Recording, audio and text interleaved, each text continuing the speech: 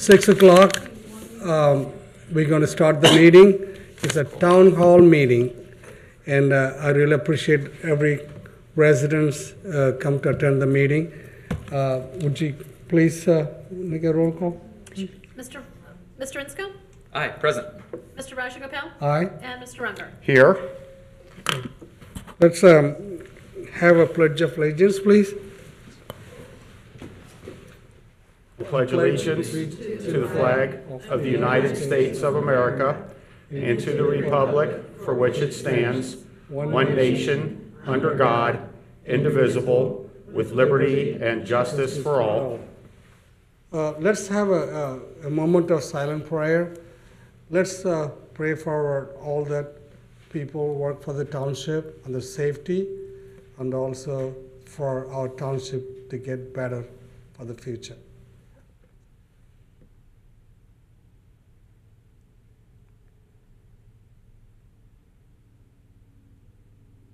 Thank you very much. A seat, please. The next agenda is we're going to have a town hall meeting. It's people's meeting, and we are trustees. When the meeting starts, we're going to sit down here, and we'll let you all talk about the concerns and what's going on with the township, what we did so far, and what you're looking forward to happen in our township. Since we are about 18 people here, this is 2 hours meeting. The meeting will end at 8 o'clock. From 6 to 8 o'clock, there's plenty of time. I would like to encourage everyone to speak at least 5 minutes, because that gives the opportunity to everyone to come forward and speak some more. If more time left, you can again come back and talk some more. That way each one will have an opportunity to talk and express their concerns. Okay, there's no formality. I don't have any names here to call, and I'm going to come and sit over there, and whoever wants to come speak first, raise your hand and come forward and speak. Okay?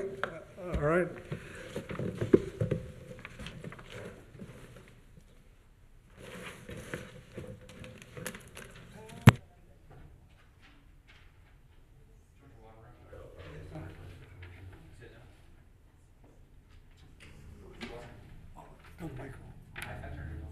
Thank you.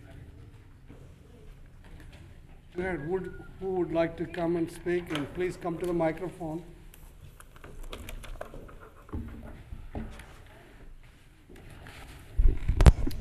Real quick, before you speak, do we have to have them state their name and address or anything, Heather? If they could state their name for the record, it's really helpful. Okay. I'm Bonita Sargent. I live in Groesbeck. I come to the meetings all the time. I see the same familiar faces here all the time.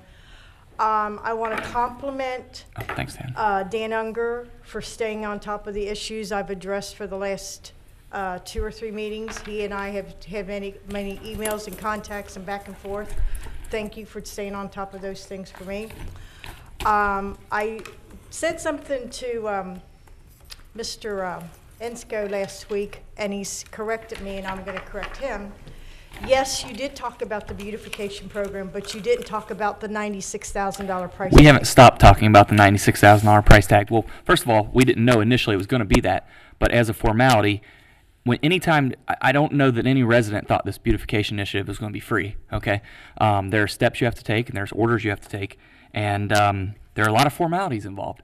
So, I know you were out for a few months or something like that, and maybe that time is when you missed it, but we haven't stopped talking about it. I know you might not have been here during that time, but we have positively talked about it and the expense, and then this $96,000 for months leading up to it. It was by no means was it even close to a surprise to anyone unless you weren't here, because we have nonstop talked about it. So. Okay, and then that brings me to my second point. Look around the room and see how many people are here. How was this meeting advertised? The only way I found out about it, because I was at the last board meeting, and Dan Unger said on March 26th we're going to have a work session. Then somehow it turned into a town session, And because somebody else has mentioned, 80% of the participants here in the Colerain Township are usually people my age, which I'm not afraid to say my age, I'm 67. So I happen to be computer savvy, I happen to be on top of things, but most of the residents, or a lot of the residents, don't have Facebook, don't have smartphones, don't have computers. So why wasn't this something as important as a town meeting that we've never had? I mean, or correct me, have we had a town We've definitely had town halls, but in the past they all had topics and they were heavily advertised. This didn't even have a topic. So it was just an opportunity for everybody to come in, just like I do Wednesdays on the internet. It's the same thing, but now we've got a more live audience, I guess you could say. But I don't know, as far as advertising, how much time. Legally, to conduct a meeting, you have to give 24 hours notice. And we did that. So outside of that, I don't know if it was on any of the billboards. I don't know that it went out through Circle. I don't know that. No? Okay. Well, then you live and learn next time. And It's like you said, it's a learning thing that we plan to have at least 3 town hall meeting besides a regular meeting. And this is the first meeting. We had it for I don't know how long, and something that we learned. I think I talked to this thing about Jeff about this morning. Something it didn't it didn't go out on the website. Something I don't know what went wrong, but we rectify this problem. And in all the years that we've done this, it's always been in the community center. It's never been in here. So I assume it was just based on a guesstimate on turnout. You know, we knew it wasn't going to be a big meeting just based on the fact that it just came up. What was it, Dan, last month that we had just, so it wasn't, we haven't been talking about this for 6 months. Like with the Rumpke town halls and stuff like that in the past, my gosh, there was so much, those were months in advance. People had more time to prepare, but it certainly wasn't because of any intended lack of transparency. We only have so many tools to work with outside of spending a lot of money on expensive advertising. But for sure, we should use the assets that we have access to. Like, actually, Jim Acton was a big proponent for using our billboards in our parks to advertise our trustee meetings, and that's worked out really well. We're finally getting our act together with our social media in the township. So that'll be, if you've signed up through Circle, that's an. So when you're saying, you know, your age range and people that you want us to reach, it is very difficult to reach non-tech savvy seniors because mailers are about the only way to reach them, and that's expensive. So if you have some suggestions on how we can reach people for future reference outside of traditional email, Facebook, our free billboards and stuff like that, please let us know because Put it on the fire station houses. That was one of the suggestions. what's up right now on the firehouses? Anybody know? Retirement of, Yes. Okay. In case that wasn't picked up on the microphones, retirees and the Haverkamp Foundation 5K is on there right now. So to a degree, you've got a lack of room that you can put on there, and then you know how hard it is to choose what's more important: a town hall or honoring a retired firefighter or promoting a 5K. There's never-ending amounts of stuff that's always going on in this township. So, but nonetheless, there's always room for improvement. Like we'd said. So, yeah. Well, the perception, and I don't want you to have the perception is it's not being advertised because you don't want a lot of people to come. That's the perception. Not saying that's the message you're sending, that's the perception. The more the merrier. I've never turned anybody down. Madam, I'm really apologize if that message about this town hall didn't get to many people, and next meeting it won't happen. And let me, if I can piggyback off that, this is Raj wants to do this quarterly, basically. You can get a hold of us all day, every day. I know Dan's cell phone's online 24/7. You can call him in the middle of the night. He doesn't mind.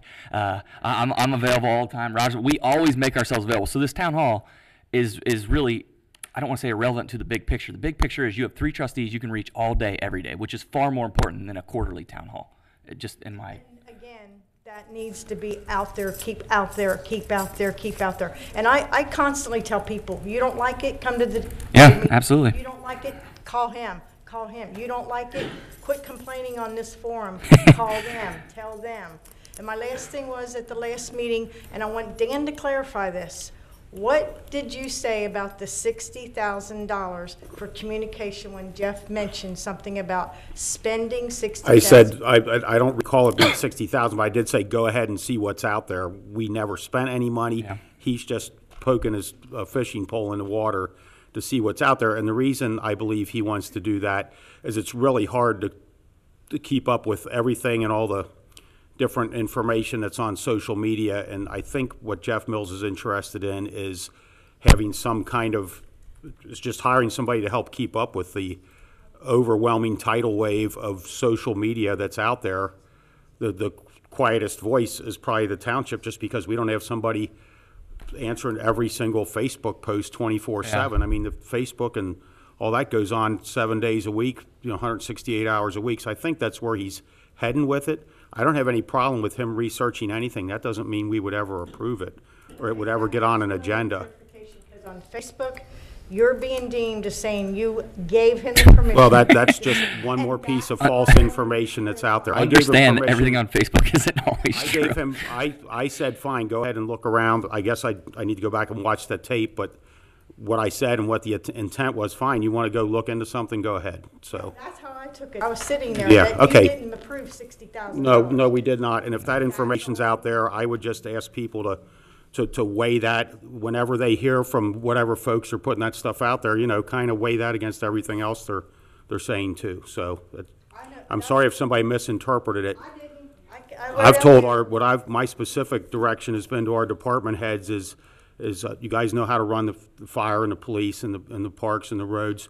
Don't come to me and ask for an increase. That has been where I'm at on it. So if Jeff wants to come up with a better way to communicate, I'm all for him continuing to look into that. I think this meeting is one way to do that also. And as you said, this phone, 404-3057, I take calls all the time. I've probably had 3 of them throughout the course of the day today, 2 of which I still need to respond to tonight. So. But I just wanted to clarify, you did not give permission No. for him to spend. No, there would have to be a vote to do Yeah, that. and you would need 2 of the trustees to agree on that anyway.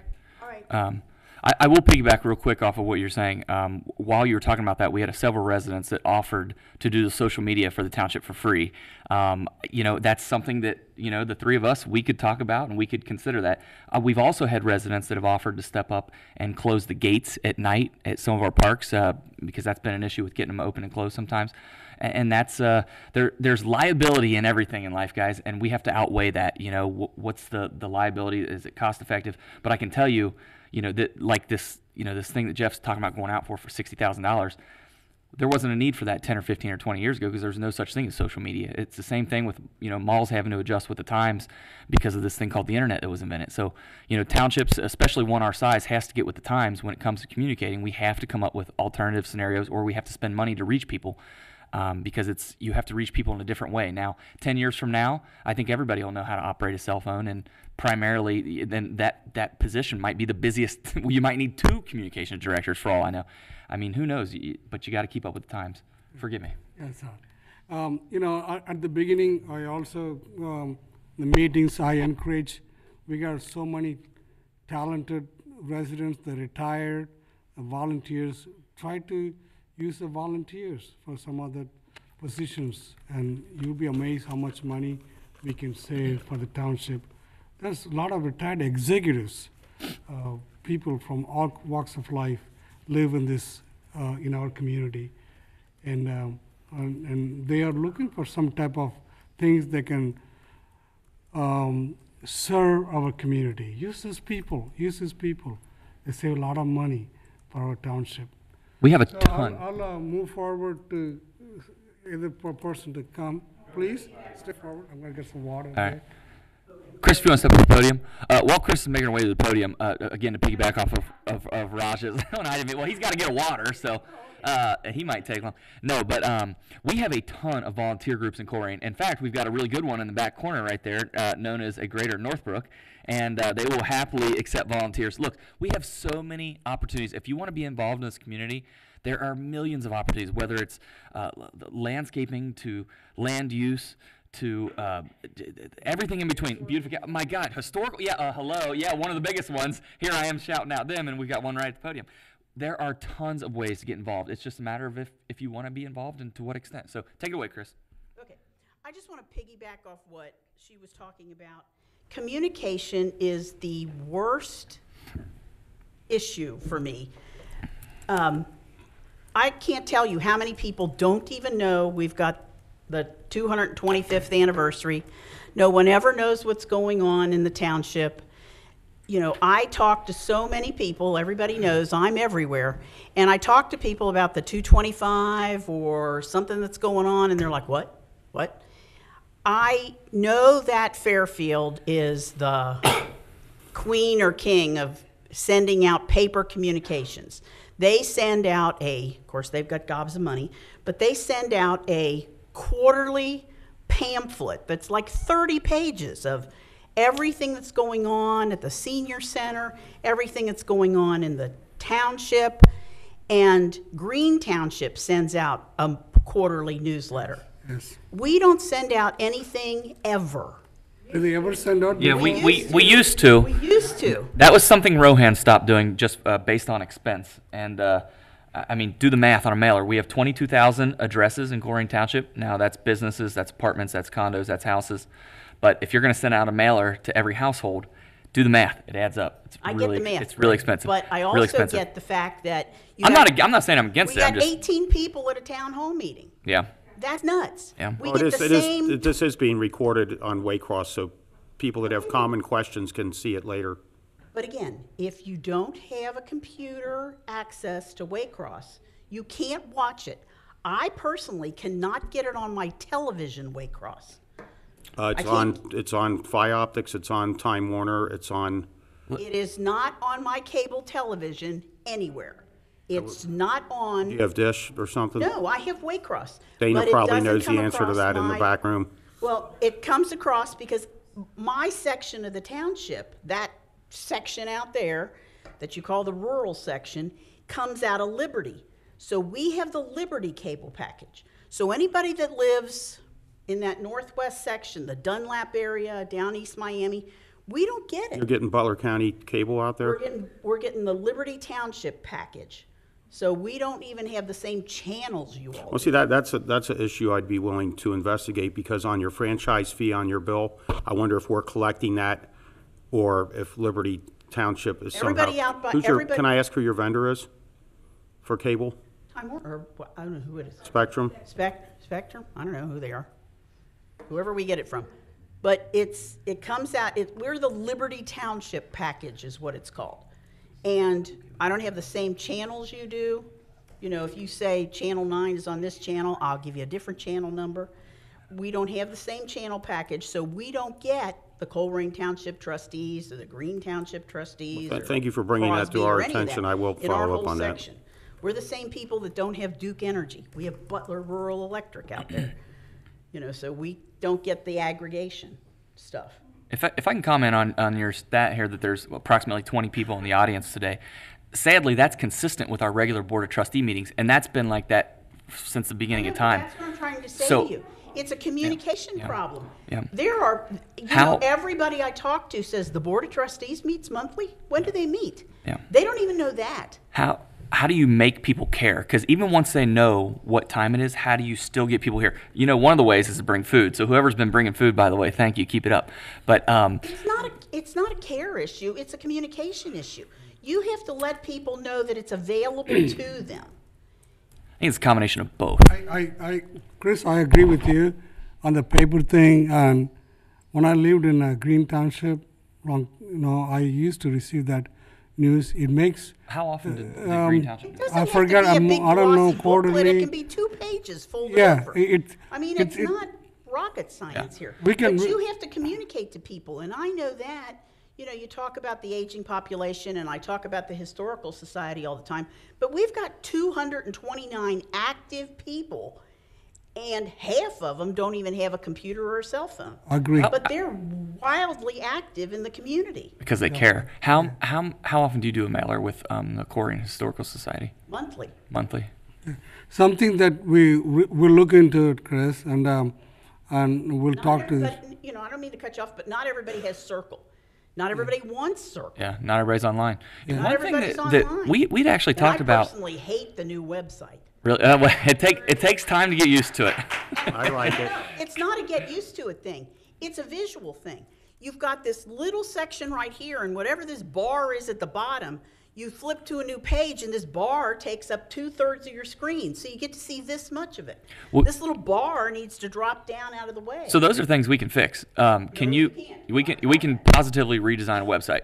So do me a favor. The bar keeps Screen. popping up. I don't need the whole bar. Screenshot what you don't like, and then we'll send it to IT and see. I don't like the bar at the bottom. Okay, well, It I don't needs want to tell our everything. IT guy, hey, get rid of the bar at the bottom. Beginning that, Yeah. I mean, thank you for your comment on that. I think we mentioned at the beginning it would. I mean, you I know, can find things around it, okay, and I can find things without a problem. It's just that bar is annoying because if you're looking at a little screen, even if you've got a big screen, it's taking up 2/3 of it. I digress. My thing is communication. We're not getting the word out. Yes, you put the Haverkamp thing out there, and yes, you've got the story about, or the fire departments all have about the retirees having their luncheon. But I talked to Larry Shadd today, and Larry Shadd didn't even know about the retirees luncheon. I mean, seriously. The communication is not there. I think we need to have at least a quarterly newsletter goes out, and if nothing else, it just has a calendar of events in it. I suggested the 225 calendar be just walked down Colerain Avenue and given to every business that they can put in their storefront. What is that, a pack of paper and one guy walking down, having each... Say that again, The 225 calendar that we put out back in January. If somebody would just run those off and somebody walk down Colerain Avenue and give one to each business that says, this is what's going on, can you put it in your window? Maybe a few more people would know we're celebrating the 225. I don't know, that's my it's just a communication issue. I think you'd get more people at these things if they knew what was going on. I only knew about this because Matt Tsort called me. Of course, he's not here, but he called me. He's on the internet right now. He's on the internet. So, it's a communication. People don't know what's going on, so that's why you're not getting the attendance. I'm certainly in favor of doing an annual kind of year in review type thing, and even biannual. Quarterly or monthly, that's just going to be a budgeting thing, really. I mean, We'll talk to Jeff, both Jeff. And yeah. discuss this. Thank you, Chris. Thank you very much. Thanks, Chris. Yes, ma'am.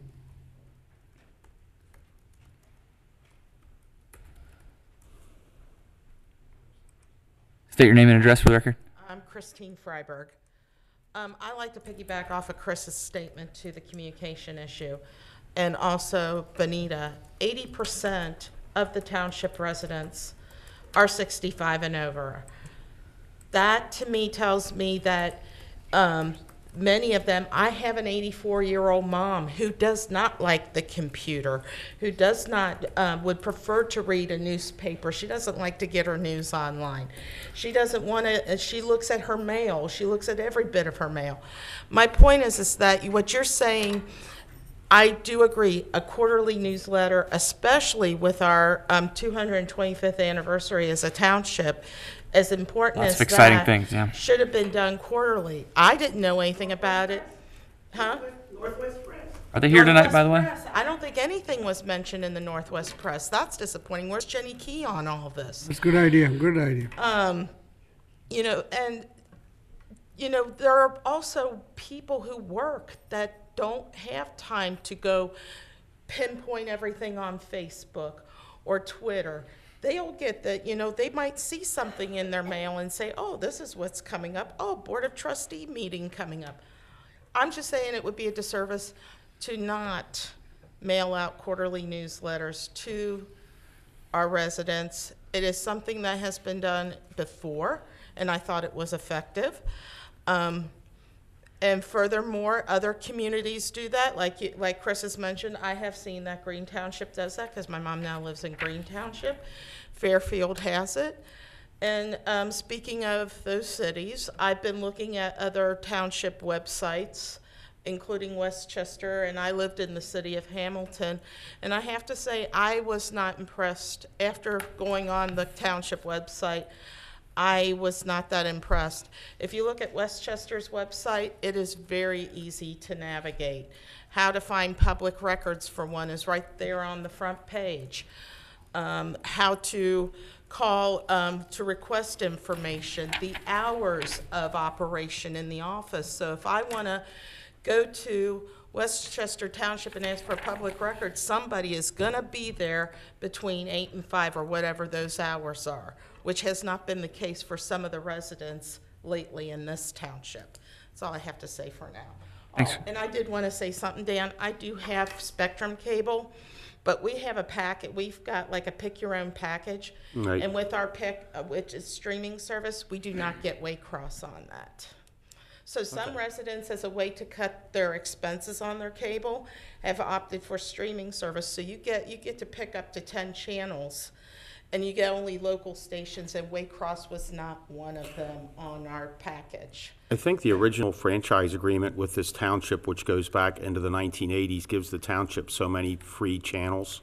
So that channel just really should be saying free. that I I'm will one I of will them. get you an answer on I'm that. sure a lot of residents can't get Waycross due to that as well, as what I'm just pointing that out. Okay. Christine, if I could ask you real quick, the 80% senior statistic, where did you get that from?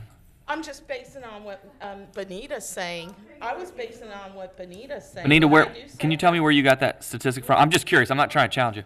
Local school board, because I go to all their meetings, and we're talking about putting a levy on, and because I'm sometimes the only community member sitting in the board meetings, I said to them, I said, you know what, just in my neighborhood alone, I'm the majority of the people in my neighborhood. He said, no, the majority of 80% of the homes in Northwest School Board are people that are retired and have no children in the district. 80% Ownership. Okay. If they have some statistics on that, I'd love to see it. That statistics, about 80% of families in the school district at any given time are not using the public school system. I mean, that's an accurate. Oh, gotcha. So I don't think they're all retired. Okay. I see what you're saying. I'm not retired. Our kids are gone. Maybe that's They- what they went- They said 80%, because I said, then you have to target your levy to me. And Yeah. I'm gonna be your devil's advocate for everything you're gonna tell me why you need a levy. I'm gonna say, well, I don't have a child there. Well, that's okay. Did you mention, you said you were the only community member at a recent meeting? I was the only community member that sat in that. At a school board meeting? How do they communicate with getting their meetings out? Well, clearly, if they're averaging, hey, we've got 18 times more people than they have. Have a child in the district, and you do have to sign up for the emails.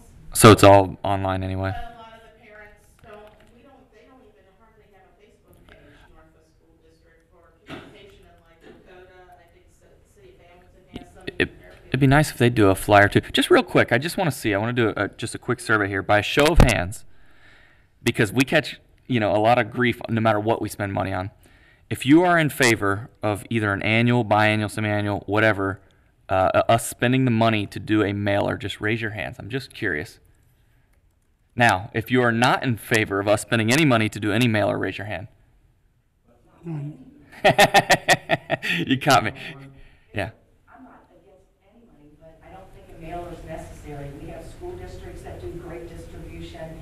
We could put flyers inside church bulletins. Real quick, I'm worried that your audio is not being picked up on the mics. Whitecross, can you confirm? Can you hear the audience speaking to us? I don't think it catches. Very lightly. So if you're in the audience, either come up to the mic or yell loud.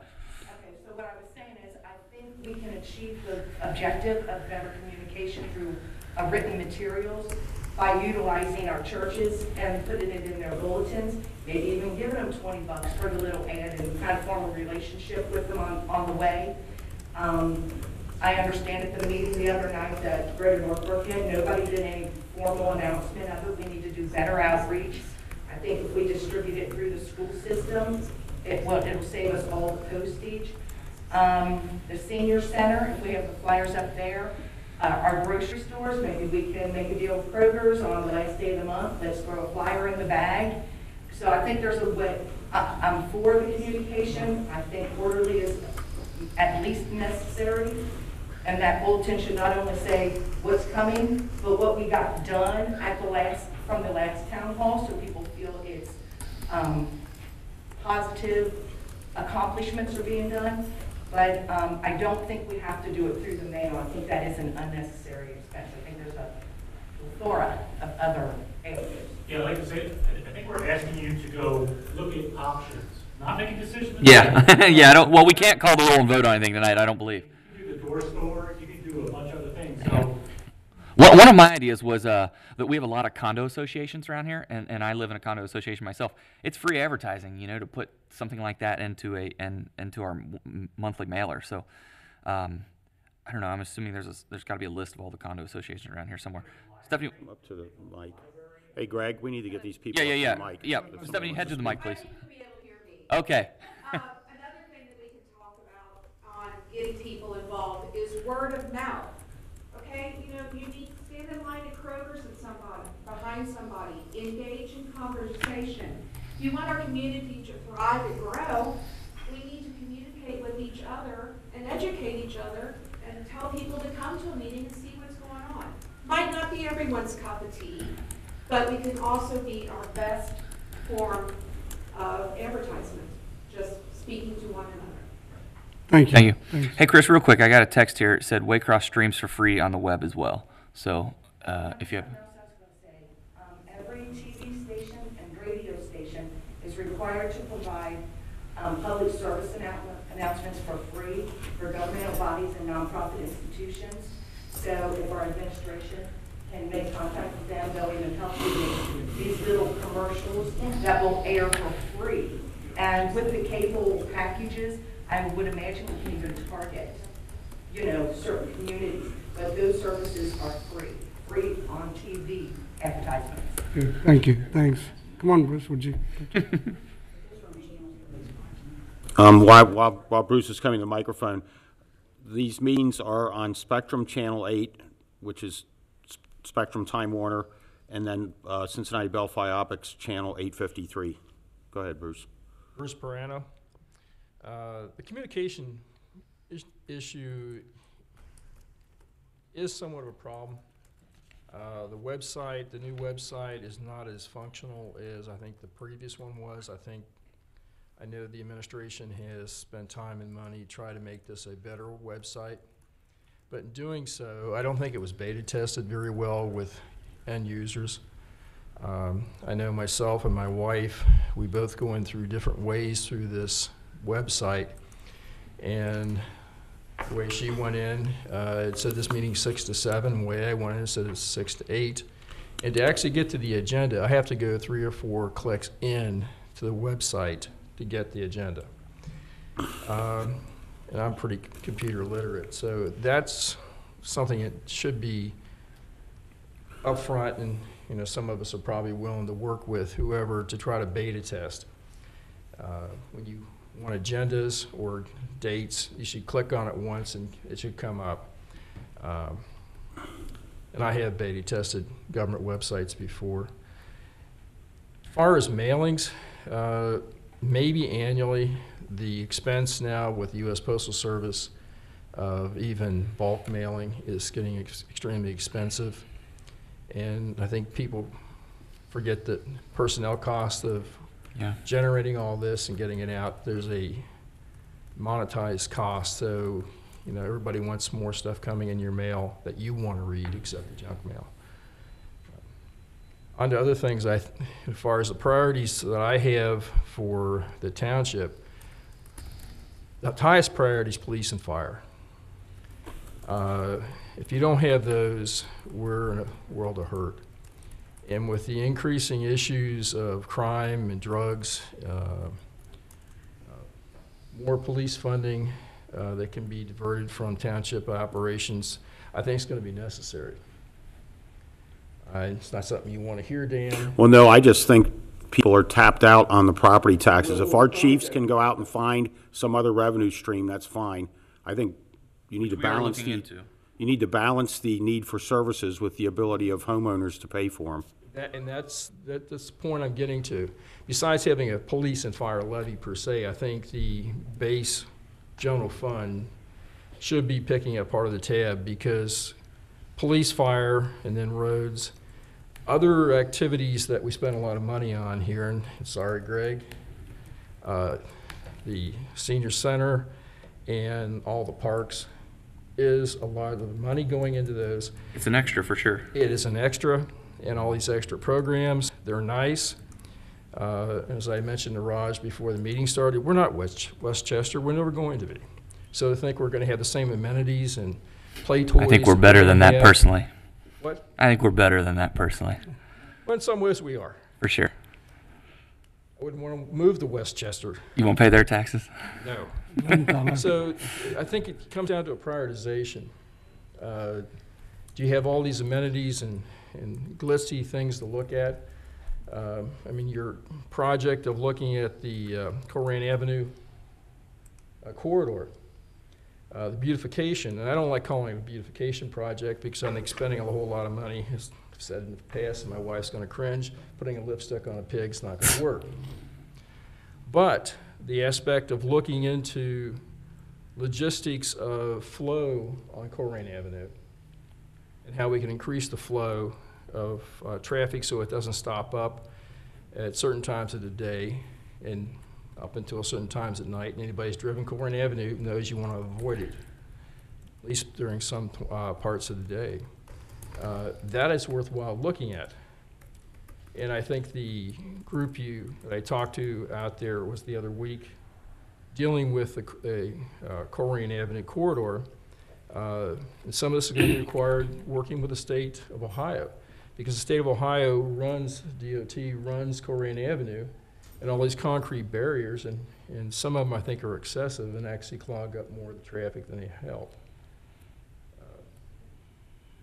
Well, for this round, that's enough, I guess. When's the next round? Could be any minute, Greg. That was a great comment you just made. It's ODOT, baby, Colerain Avenues. I think we should bring the more ODOT involved, especially the state troopers, more presence there at nighttime, and make the Colerain Avenue very safety. There was a big article about few days ago, saying this one of the Colerain Avenues most vulnerable, accident-prone. I think we've got 4 different locations in the town. Yes, certain locations. And I think I totally agree with you. The Colerain Avenue would produce more. We got to work with ODOT, provide safety. There was an article that said almost drive on Colerain Avenue, you got to have a bubble, car, bubble, something like the comments they made, and that tells you unsafe it is to drive on Colerain Avenue. That's very critical, very, very critical safety for our people. Can I ask you, Raj, do you know, is there a statutory requirement for the state troopers to patrol? Yes. Do we know is there like a minimum time frame? It's arteries, like expressways and so forth, and local police have, I mean, they have jurisdiction anywhere in the state. Well, I remember those dangerous primarily, what happens in the ODOT and the local jurisdiction, certain type of understanding, okay, we'll do this, we'll do this, it's mutual understanding, but primarily their role is ODOT patrol their routes, but we have, I talked about this to our chief, and they are working with the ODOT to how they can provide a maximum safety in the Colerain Avenue. Yeah, Colerain Avenue is definitely a problem. Yes. And as people have watched the news on TV, that people are worrying about pedestrians and it's all the driver's fault. Well, if you notice the number of people jaywalking across 4 or 5 lanes of Colerain Avenue, they think they've got a right to not go to a corner and cross, with heavy traffic and not be hit. Yeah, I mean, well, a number of pedestrians and bicyclists believe that they've got a right to do anything, and you hit me, you pay. Maybe one other thing, too, that I haven't brought up to Mark recently. It's warm again, and the street racers are out. And for those, I don't know how much of a problem it is from here on east, but in the western part of the township, and for people who don't know what these are small cars that are hopped up, and I know my road that I live off of has more rubber laid on it and donuts where they've been spinning around in circles. they're out. And eventually one of them's going to end up in a creek. But that's where I believe our police, and then when they crash, we need the fire department. Most of those, and I'm going to generalize and say they're younger people, they've never bought their own set of tires for the first time. After you start buying tires and transmissions and stuff, you kind of back off on doing that a little bit. That's true. Where they get their money, I don't know. For these tires and for these nitrous oxide engines. We do have some chicken and tire stores in Colerain, so that's probably where they get their tires. You know, going back to your comment about Colerain Avenue and spending money on realignment or beautification, if you think about it, I'll give you the example of Big Lots that used to be there. They used to have a lot of traffic in the afternoons, and then the fitness club moved in there, and I think their traffic flow is a lot more spread out throughout the day. So, I mean, you got a big change of use for that same apron.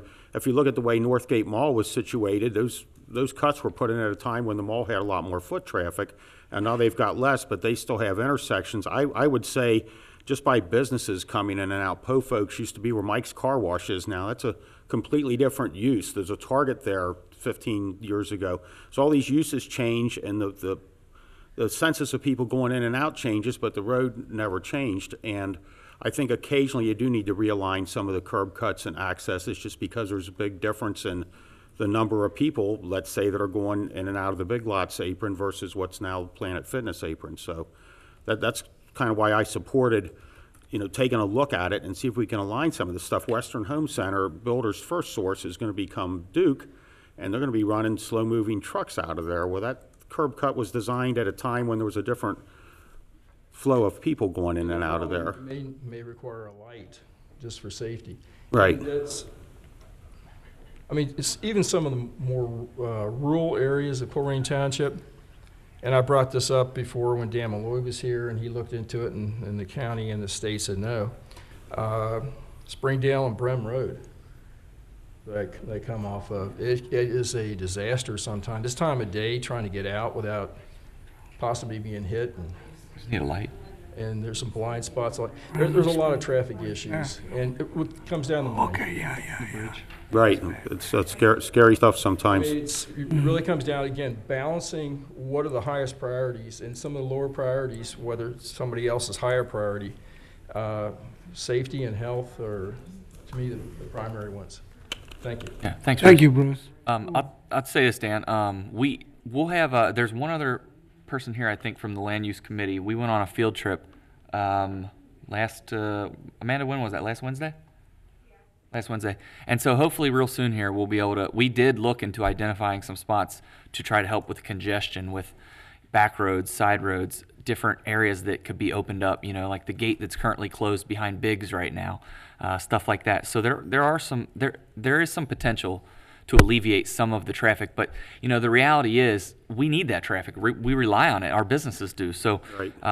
it's a love-hate kind of thing. Nobody likes sitting in traffic, but at the same time we understand we need that traffic to thrive, and that's why we are thriving. And the Biggs is a good example. There's Great a light example. right there where McDonald's is on one side, and Biggs, which used to have a big run of Yeah. people going in and out, and Yep. now I guess then I need to stop down and see if that new development there's what the status of that is. But Yeah, they welded the gates shut because they were tired of people cutting through there. And then it's a safety issue because people do fly through there. It's kind of a blind. and it's private property, and Yeah. I don't know that we should be directing Yeah, traffic well, there to you go. private property shortcuts.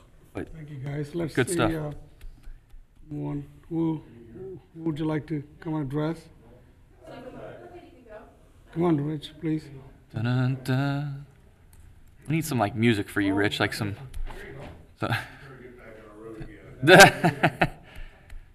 Take away his driver's license. How you doing, Rich? I'm doing great, thank you. Excellent.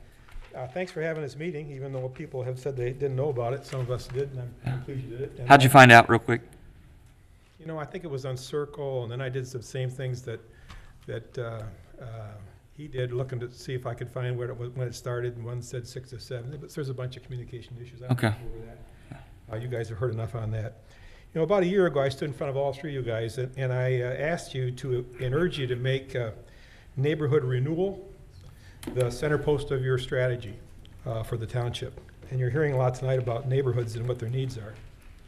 I was encouraged to see Mr. Mills and the staff put out a strategic plan, and you guys all approved it, which Mills highlighted that the major thrust was beautification and engagement were the things that we were looking at. And this town hall meeting tonight is a way to engage. Newsletters are a way to engage. So there are some things that are happening. And if you look at the details of the plan, I don't know if you guys have, but there's stuff in there. And there are good things underway, you know, that are going to help to make improvements. We're doing things in the park, and there are walkways underway. And Jen and her department have done a lot to increase the attendance to properties that need to go to court and making improvements in that area. So a lot of good things are happening. Thank you. And I'm too bad they're not here tonight, because often they hear me talk about things that need to be fixed, and they don't hear me talk about what's going good, but there are some things that are being fixed. But I submit that they are missing the larger issues that our township faces. Let me give you an example, and just to put some of this in context. In 1980, there were about 13,200 students enrolled in the Northwest School District. And that in the year 2020, that number is about 8,100. Give me the first number again. 13,200 in 1980, and today there's 8,100, 8,200 people in the school district. So 5,000. About 50% of the students are economically disadvantaged. The number of Caucasian students has gone from about 12,000 to about 4,400. And the remainder of the students are ethnic breakouts. So we've gone from essentially an all-white township to a township that's 50% white and 50% ethnically based. And they're highly economically disadvantaged in many districts, in many places. Can I ask where you're getting that statistic from, just for reference? School again? School, right. Now, other things have gone on. Academically, Northwest School District is ranked in the bottom 30% of all school districts in Ohio. It's bottom three? Bottom 30%. Now, we have some schools that are better than others, like Montford Heights is one of the better academic schools in the district. It's about the middle 40%. Now, the school district is responsible for making the necessary academic changes. The economic development strategies of the township have taken needed revenue from the district. They're out talking about a levy, and past administrations have done things to take money away from the schools, whether it be the Rumpke job or Kroger job, or it goes on and on. All those TIF initiatives took money from the school district, and they're going to come back and knock on your door and ask you for a tax increase. And just like the public safety people are here at the township, unless you guys vote them down, I've said up here for the last year that your public safety spending here in Colerain Township is 40% higher than it is in Green Township. And they got the same number of people, they have the same number of residents, they have the same amount of road. They have people who have more money. And that's the difference. And I keep pushing to the trustees to say, find out why these differences are occurring. Because our strategy around public safety spending is to spend more and more versus our neighbor. And we don't seem to be addressing the underlying issues in the township that are driving these events to occur. Why do we have more calls? Fire, EMS, and other people. What's going on? Our housing values reflect this as well. If you keep track of what's going on, last year, I want to say about 30 to 40% of the homes under $100,000 that were purchased in the township were bought by rental ownership properties. Now, that's not all bad. You know, sometimes they'll come in and they'll improve a piece of property, and it will help, okay? But by and large, these rental properties, you know, those have been sold off by people who are moving out of the township. Now, they move out for a lot of different reasons. You know, they got older, they want to go to warmer weather, they want to get to a better school system. There are lots of them. But they are, in fact, moving out, and the impact is that our housing values are going down. Now, that's increasingly important because, not to be too complicated, but when you're talking about millage, there's inside mills and outside mills. And your outside mills are the things that you vote on. And when you vote for a levy, you vote for an amount of money, $8 million, $3 million, $2 million, whatever they ask for, Dusty Road cranks the number. He comes out and says it's worth so much millage. An inside number, inside millage, that goes up with property values. Okay? In your school districts, they have about 9% of the 10% allowable inside millage. So when property values go up, they get a little boost there. But the rest, it doesn't happen. So decreasing property values are an issue and are some reason why some people are leaving. I want to get the hell out of here before my house is worth less than it is today. So the question I have is, relative to that, our neighborhoods have changed and the needs of our residents have changed.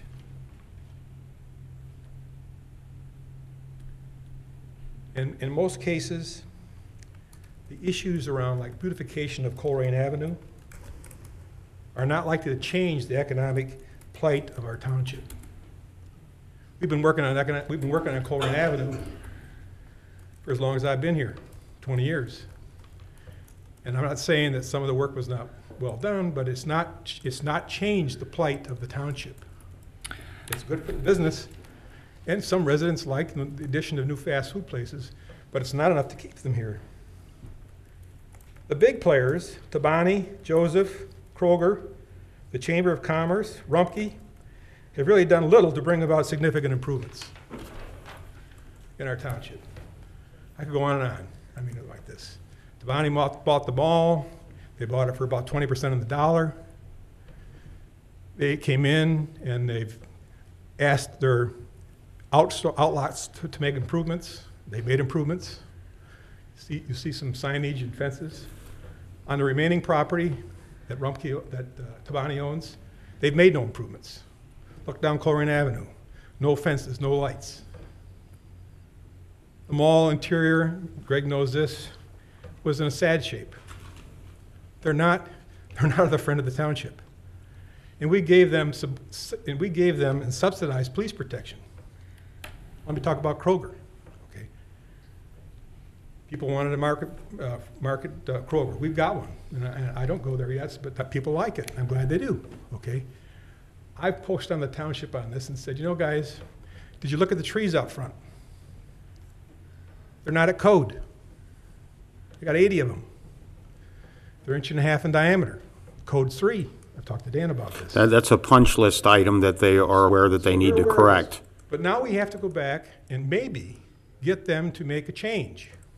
I don't think they'll get their final certificate of occupancy until they do that. Good. So hold them accountable. Dan. Yeah. So I'm just saying that there are these small things that the big players could be doing. And Rich, we have a backup plan for those extra trees, which I'm excited but hesitant to say until we know for sure. They should have done it right on the first side. Well, I wish everybody would get everything right the first time for sure. So my point is, the big players are not doing what they could. What has the Chamber of Commerce done for us? They're not here tonight. I don't know. It's common. They run a building. So, I mean, part of the issue is you have to reach out to them and invite them, okay, and engage them. So the strategy that Jeff has talked about as engagement, I think is right on. Needs to live, walk that talk. Get these big players in here. Hey, Joseph, what are you going to do? You know, your lots look like hell. They do. You know, what are you going to do? How are you going to help us? So the big players need to be brought into the fray, and I think that you guys played a major role in that. Now, the efforts to support the residents in Northbrook are commendable. These guys are doing a lot. They're here tonight. And most of it they're doing on their own. That's good. But they could use some more support. You know, and we have, there are other neighborhoods that need real help. And what are we doing to get those guys started? What are we doing to get those guys started? I don't see it happening. Rich, we've been, I've been communicating with the Grossbed people. I know what you're doing. It needs to be organized. What are we going to do? It takes steps, organize the people. We're going to start these neighborhood groups. We got a plan. We're going to put some people against it. We're going to help you do what we need to do. Now, they have to be ready, and they can learn about from Northbrook. You just can't jump into this, you know. But our neighborhoods is what is going to save this township. It's not Colerain Avenue. You need to understand that. People are not moving here because of Colerain Avenue. They're getting the hell out because of Colerain Avenue, unless they can't move because they can't afford to move.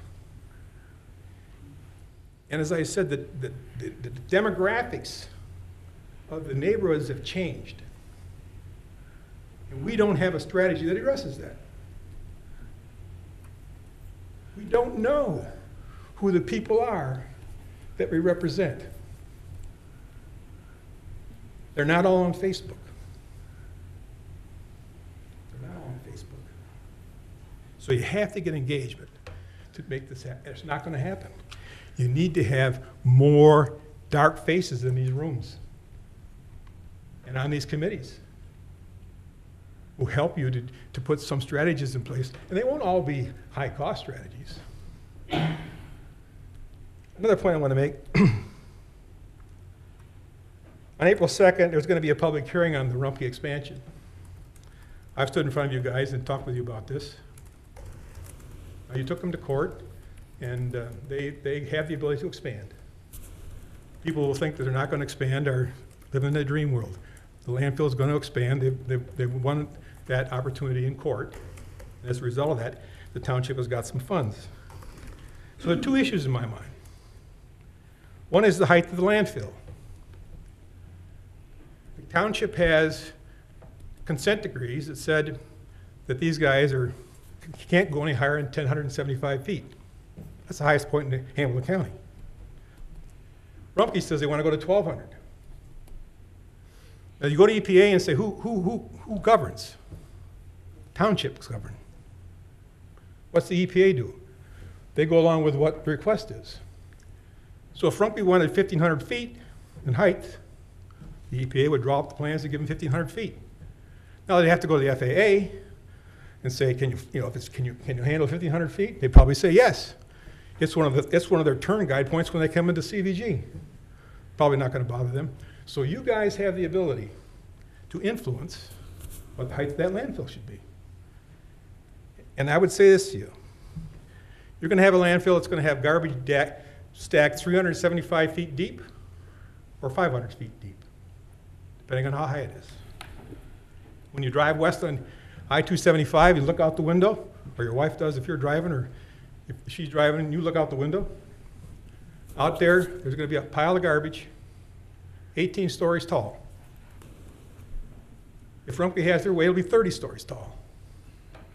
What do you want to leave for your grandchildren? What do you want to leave for your grandchildren? I'll say one other point. When they expand this landfill, they're going to use the same techniques they use to run it today. Those techniques got you a 60-acre underground fire in the north end of the landfill, which they're containing. It produces the odor you smell today, the gas, not the garbage. They don't know how to put it out. The techniques they use today around dumping garbage is they don't do daily cover. They got a waiver from the EPA. Why did that happen? Because it's Rumpke. The longer you've been around here, you know that what Rumpke wants, they get. So you smell garbage because there's no daily cover. Now you also smell garbage when the wind shifts, so it's not all the daily cover. But those kind of techniques that those people use are going to go to this new landfill that's going to be operating for another 35 years. So you have a right to say we don't like that. On a related point, the Rumpke landfill on Hughes Road is the worst air polluter in all of Hamilton County. This data comes from the Southwest Air Quality people. The complaints about Rumpke odor are 50 times higher than the other leading polluter, Sawruck Steel.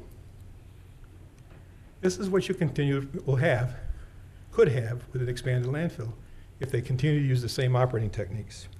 So when we talk about the quality of life in our neighborhoods, part of what Rumpke has done is deteriorated that.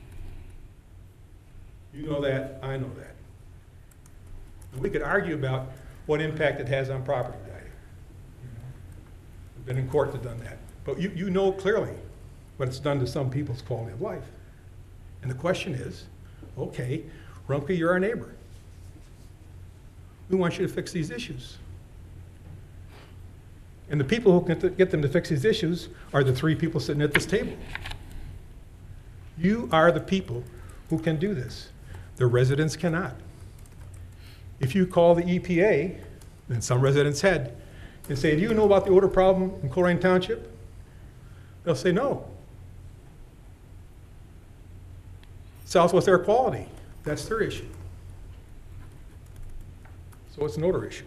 Now, they will say to you, and this is the point, they will say to you, it's not a health issue. We've done all the testing. So the point is not it's a health issue. It is an air pollution issue. And it's here in our township.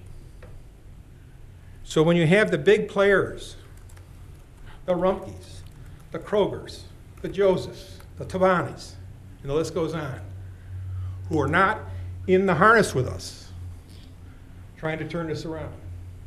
And we have a neighborhoods where the demographics have changed significantly. I submit, the plans that we have today, although they move the thing a small increment, are not going to save this township. It may be too late. You hear that from a lot of people. I moved to Ross.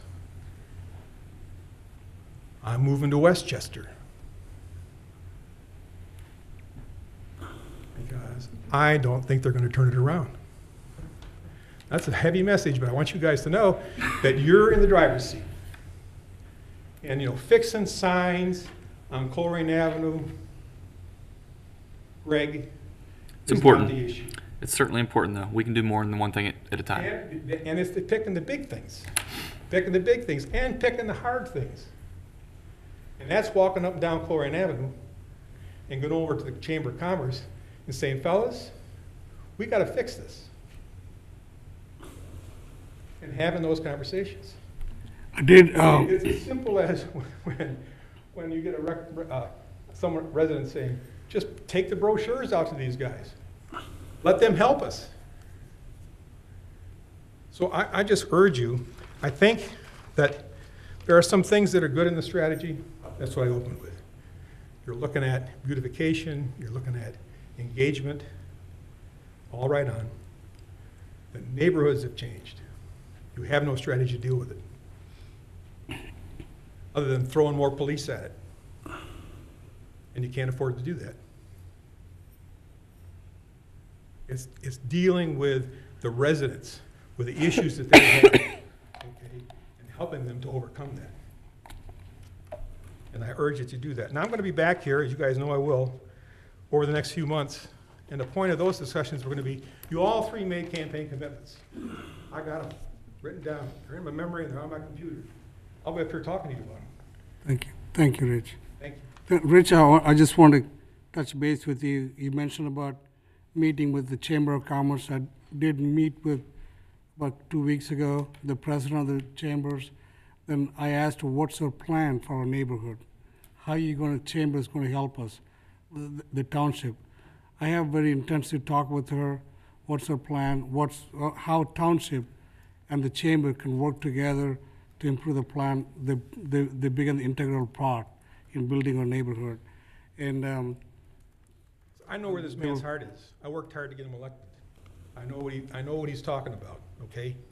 It takes 2 other trustees to row with him to get this done. And you're not doing it. thank you, sir.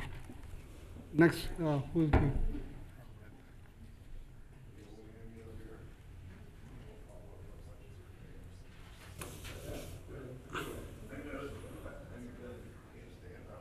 Make a note of that, please. I'm going to make a suggestion at 7:40 that we each take 5 minutes and kind of recap, Heather, Dan, myself, and Raj. It's 7:10, so you got a half hour, or no, it's 7:04, so you've... Well, there might be other people that want to No, I'm not going to be that long. Thank you, speak, Dan. so.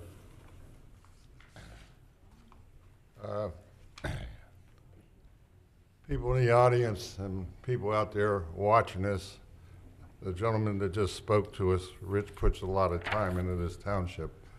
And he has a lot of numbers and he knows where to go to get those numbers. I'm asking these 3 gentlemen, well, 2 now, to listen and follow up on some of the comments that Rich made. So Rich, again, thank you for your indulgence and work for the township. Somebody had mentioned before that there's certain people here that attend most of all the meetings, and I've been unavailable due to some medical problems. And we care about this township, and we want more people to turn out to be spokespeople for this township. I agree with Rich, we're going downhill. How are we going to stop it? There's all different issues out there that are in front of us right now that can be brought to the attention of the Rumpkes, the Krogers, the Bonnie, the car dealerships, every place. We need your help. We can't do it on our own. About a month and a half ago, maybe 2 months ago, I don't remember. I'll wait till Raj gets back in here because this involves him also.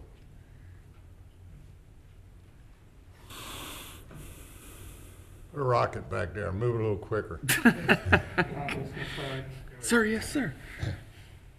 I had sent a list to the 3 trustees and also to Mr. Mills about unanswered questions and transparency in 2018. And I have to apologize. One of the nurses at the hospital typed this thing up, and I kind of lost because I was out in left field, but after I read it, excuse the spelling mistakes that went along with it, but this was a review of what they had done in 2018 and questions that were asked that, as far as I am sure of, have never been answered by them to the residents. A lot of you are sitting out here tonight, but a lot of you aren't sitting here. But I brought up the subject of back then that we did not have the black community involved with Colerain Township like it was in the past. There was a Reverend Jim Emerson over there that controlled Northbrook. Never heard any problems out of Northbrook. Today, we have nobody come here except one member on the zoning board that happens to be from the black American, African American community. I think her husband works out here in the police department somewhere, but that's something you guys got to reach out to. Not only them, but maybe the Spanish people, whatever else. There's a multitude of people that live in Colerain Township now. Let's see. Mr. Ensko brought up the issue that, about the highway entrances being a ugly mess. Total mess. I agree with him, but our biggest problem, we can't correct that because supposedly we don't have $100,000 to fix the, excuse my French, the damn bridge. It's been up there for 4 years, looking like a mess. How much did you say? 100,000? I don't know. I didn't hear what number you just said. It's going to cost $100,000 to put signs up. If we want a fancy backlit one, I'm sure it'd be more than that. Do you remember the quote that we originally got was like 70,000 a letter or something astronomical? It was horrible. Too much. 70,000 is better than. Well, per letter. Not per That's letter, not going to happen. okay. I'll tell you that right now. As I stated to you and a couple other gentlemen being in front of you, this board, I have 2 gentlemen in my neighborhood. One is a designer, and the other is. I liked his design. Whatever you call how you cut those things Architect. out. The only thing they would have to do is they have the things installed. Mr. Unger at that meeting happened to say you can't paint letters in the middle of winter. I'm not that stupid, I understand that, but that was a smart, sarcastic answer. I never said anybody had a lack of intelligence. I know you know letters can't be, you can't apply paint at those temperatures. Yeah, it does need to be changed out. It just hasn't happened yet. On April the 13th, Mr. Unger said it's hard to paint in the winter. In the comment.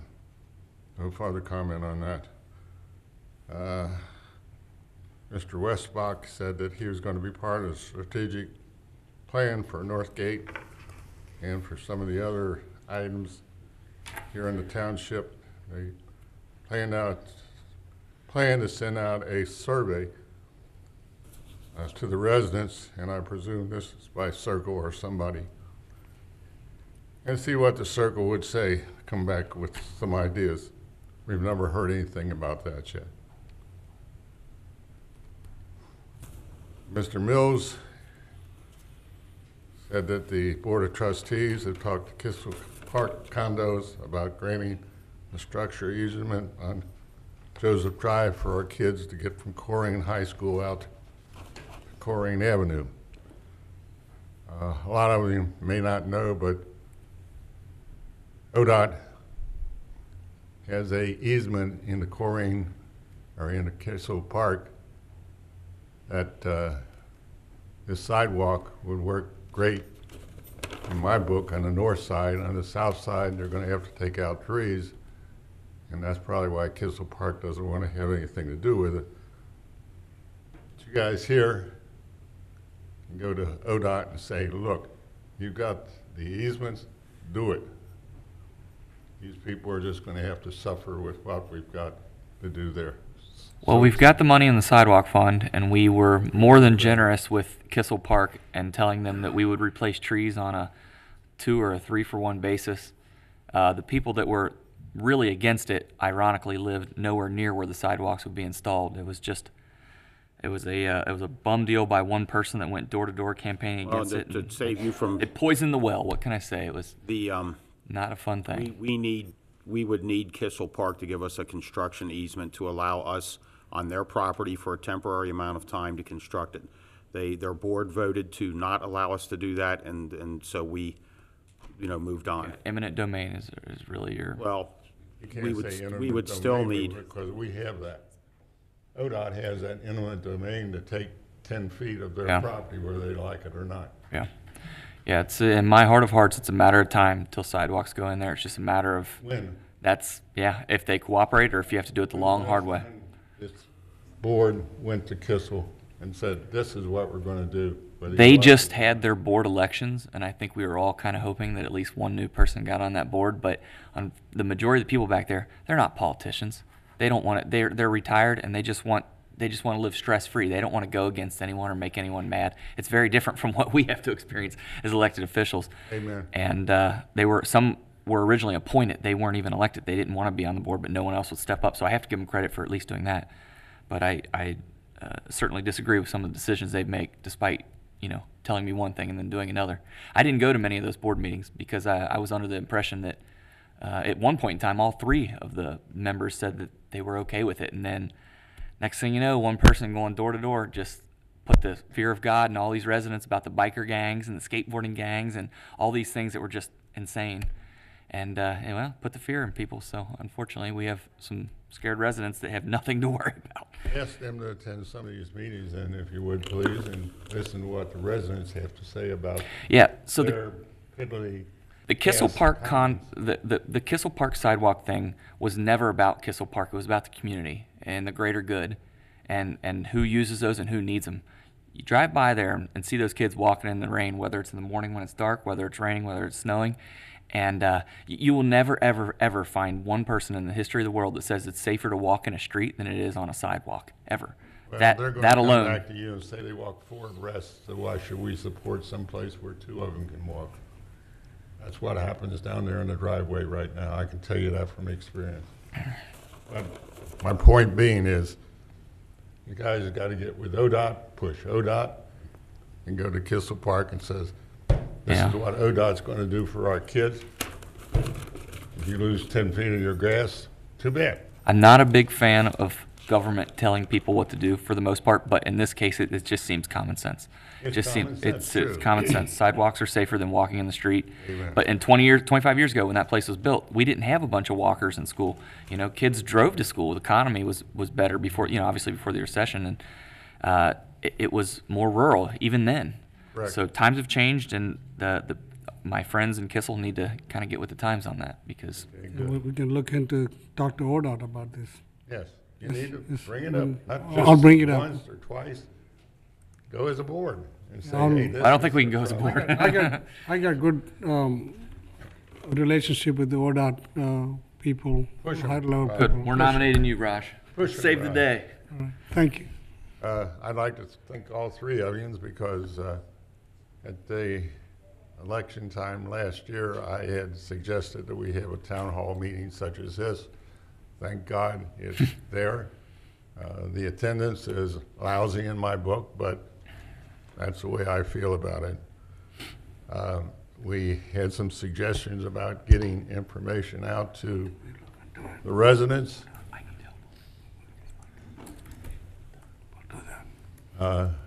In the past, our ex-board members that we had, Dieters and Ritter and Rowan, they used the Northwest Press to write a monthly letter out. I had suggested to this board at one time that we have these departments, 8 of them, I think, once a month. Mr. Raj can write something, Mr. Insko, Mr. Unger, that takes up 3 months. Police chief can write something, fire department could write something. In there, and Ms. Key isn't here, and I gotta defend her because I spoke to her last week about getting some information out, and I gotta agree with her. She's tired of hearing some people stand here and call these 3 guys idiots, which I don't agree with her, or with them, but Well, thank you. that's what it was intended, and that's why she's not attending any of the meetings anymore. Then she should be a reporter. That's right. Reporters should come and report and be unbiased. Let me finish. She has been moved to a different department, and she has a sub-editor under her that has not been here.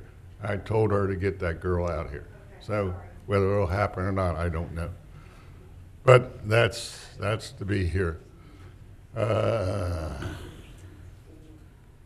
Colerain Avenue. I've got to agree with most that's been spoken here tonight, and one of my biggest complaints is we have a Chamber of Commerce who are sitting on there, and excuse my French people, AWS, and not doing a damn thing for the township, only raking in our money. If you drive down Colerain Avenue any day of the week, you start at the mall, you can go to McDonald's, you can go to the Mexican place next to it, you can go to the bowling alley, you can go to the car dealerships, and you've got 401 back in there, which they take pretty good care. And you go down the rest of the car dealership. There's enough trash there probably to fill up one rumpke truck. That's just on the west side. I don't get a look out the east side because my grandson drives too fast. He's my Uber driver right now. So.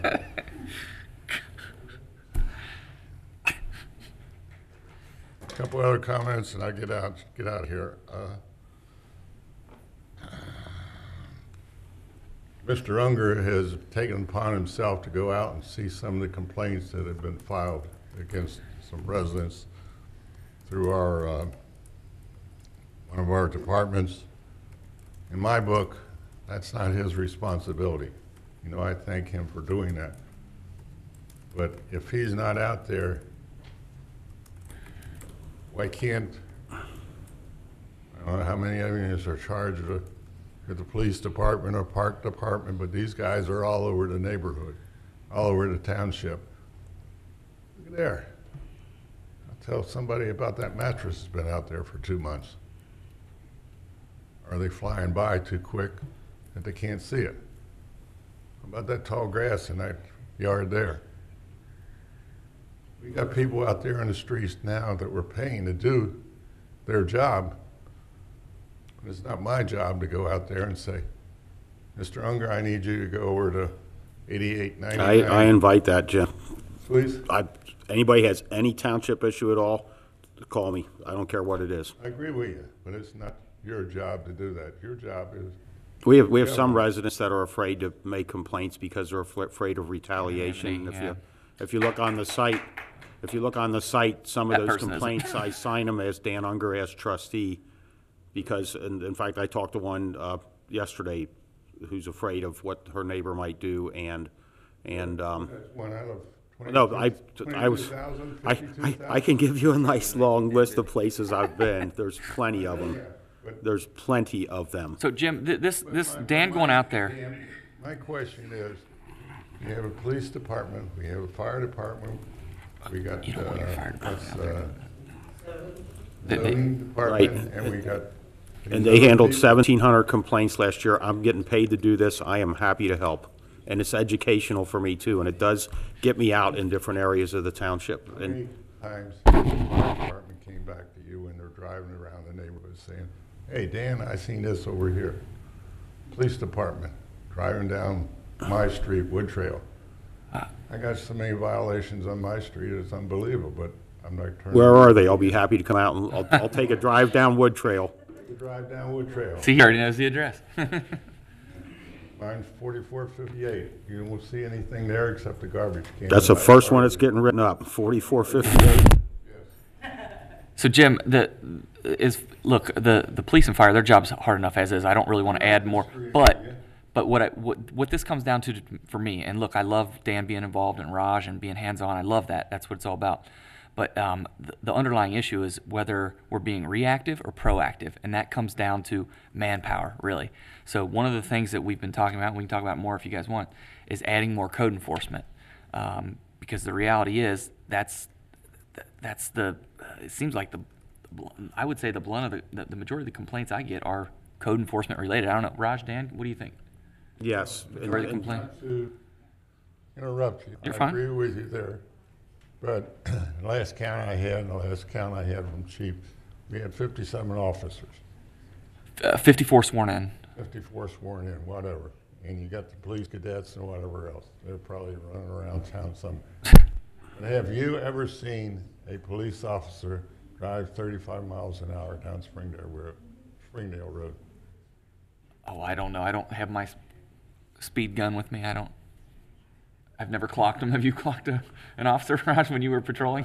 One of these days, I'm going to ask the chief, when the last time a police officer came down my street. I can remember last summer, one came down.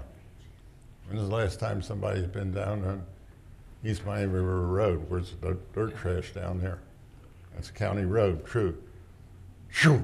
Yeah. Just ask Jenna, how many code violations she gets from township staff? And what was I was the going answer, to say Gary? there was over 1,700 last year. From employees? Township Employees. I'd say very little. Very little. I would say it sounds like Dan probably is the majority of it. Another question was brought up about the fire station down on Old Colerain Avenue. Are we still using that? Yes. Mr. Mills stated that they were trying to get a drug strike force in there. I thought we had a strike force with the police department already. That's a regional DEA for strike force. That's a federal group that wants to move in there. That's federal dollars that wants to support that. Okay, we It's got, federal we money. wouldn't be replacing the building though. No. Please, No. they were going to rent Places- the building. If we're talking about the same thing, they were I going think he's talking about the other end of East Miami River Road, or the other end of. Colerain and East Miami River Road, where Rumpke now Yes. has their Yeah. computer system in there. When they move out, we're going to lose all that income that we have. Well, it's not a ton of income, and that's why I voted against Rumpke when they took that building over. $1,000 a month.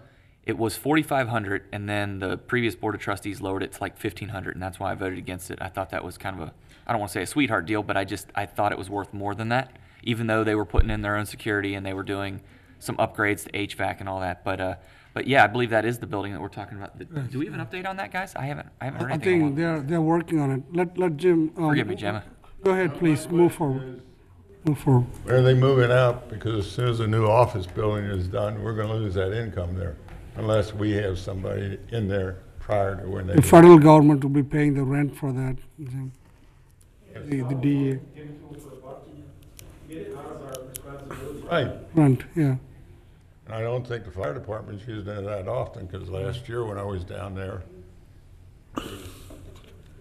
Rumpke people were there because they let me in, walk around the building, and the fire department was down there doing some CPR stuff.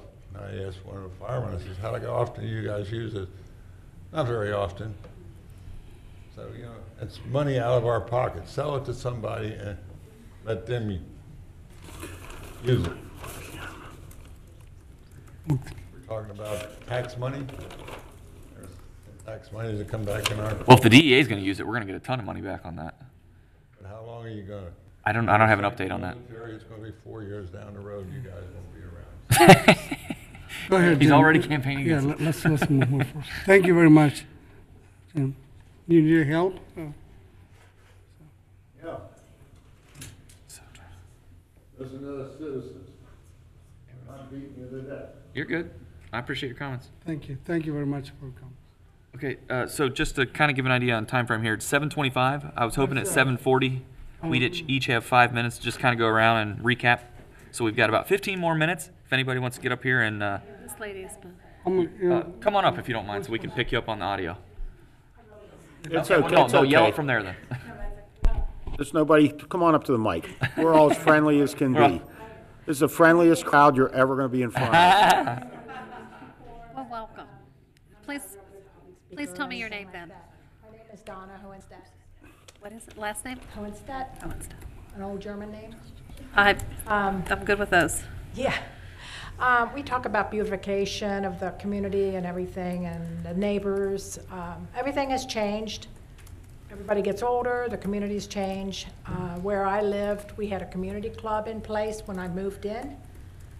And that was, to be honest with you, one of the reasons why we moved in, is because we had a community. We knew our neighbors, we paid a fee. It was only like, I don't know, $10 a year, maybe $20 a year, and then yearly, the fire department came and sprayed all the kids.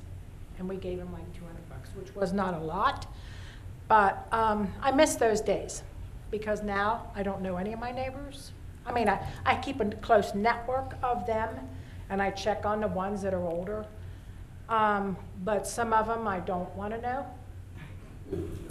Not that I'm not friendly with, you know, I can wave to them and stuff, but as far as going up to their door, knocking on their door, I will not do that.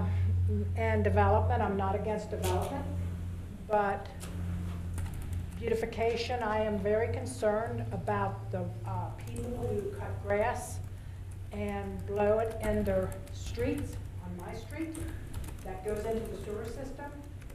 Ultimately, I'm not knowledgeable with that. Where does that water go once it goes into our sewer system on the streets? But the creek bed in back of my house, it's like on the side of my house.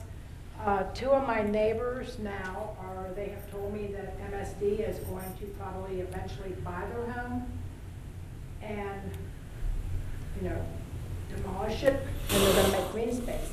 And I don't know who's gonna take care of this green space. Well, they would. And that is, who would? MSD, if they buy it, they're the ones responsible for maintaining it. The Absolutely. MSD property. I mean, they say. Is it in a floodplain or something? What's their reason for wanting to buy it? It's on Burnside. Oh, okay, Burnside. I know. Okay. Yeah. So that's. That is a rumor. Yeah. Actually, there's a plan going on with the federal grant on the Jeff Mills working on that. Okay, on that Muddy Creek and the whole. Which is on our website. That grant It's on the application website. is on our website right now. Okay, I have seen that Mill Creek flood. I mean, this was The even full back plan. in They the completely revamped the program. It came up halfway up my hill, and the two houses in question that are going to be demolished. And then also across the street, Burnside was actually flooded to the point you couldn't even get, it wasn't passable. Yeah. Couldn't get down. That's the plan. It's in the plan of it's kind of make it like a more educational, nature something with the children's program. That's I think it's going to happen. Well, my concern is the people that are, you know, not cleaning up. I mean, they can cut grass and all. I'll go up the street and I mean, they've got piles of this and leaves, same way. And I know all that's going in the sewer system because I see it. I see it driving up and it's like all these leaves in there. And yeah, we have volunteers and I mean, I wouldn't mind going up there once in a while and raking that up, but these people, I don't think that they really care. Well, it's dangerous for motorcycles too. It's dangerous for motorcycles too. You know, you can call code enforcement. The problem is by the time they get there, it's usually blown away or been taken or whatever. This it's there for a long, long time, but I don't know who to call because I didn't know who to call Township, or do I call MSD? Call Dan Unger. Yes, please do. He's making it easy Why don't you on us, call me Josh. and we'll talk about it. Okay, well, I have another concern too, but I don't want to take up Okay, too much. no, that's You're fine. fine, you're fine. But 385-code or the online CSR on the new website that apparently we need to fix. Go ahead. If you come over here and give me your number, I'll call you tomorrow. Okay. If you just want to jot it down. Well, I won't be home tomorrow. That's whenever. Just jot your number down there and spell your name. Thank you, ma'am. Who will be coming? Stephanie? I really do reply to everybody. Okay. I do get paid to do While, this. while she's making her way up here, I will suggest if anybody wants to have a block party, we do block parties all over the township and in every neighborhood, and it's a great time to get everybody together. Usually, if there's nobody, no major runs or anything like that, we can send police or fire department out there, and yeah, so block party. Go ahead, Hold on, ma'am. we need to be quiet so we can hear her. Put the microphone. Shh, shh, shh, shh, shh. Let's hear. This short because I know there's some Okay, other we'll people talk that soon. have things Okay, too. all right, Okay. thank you. I think Thanks. some of the simple things that I agree, it's communication. And I'm one of those that does not have internet access, nor do I have any cable or anything.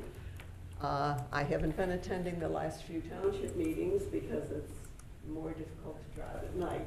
Now that it's light longer, I'll probably get back to some of them.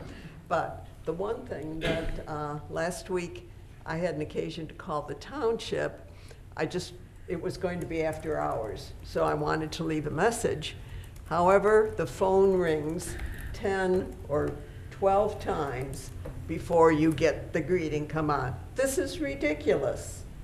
People need to be able to call the township, and if there aren't people that can pick up a call, that after 4 or 5 rings, there should be an automated into the tree where then I agree. leave the message for the department. Was it after hours? Yes. So like after 4:30 or 5 o'clock? It was around 5-ish, I don't know, Okay. Jeff, because I left a message for Jeff, and he did get back to me very quickly on it. But the other thing I thought of is, with this greeting for Colerain Township, you could also, and I don't know how difficult it is to change the messages. It doesn't seem like it would be that difficult. I am, even though I don't have internet access, somewhat tech savvy. I go to the library when I really need to look something up. But I can change my message on my answering machine pretty quick. Why can't we say, remember, next township meeting this time?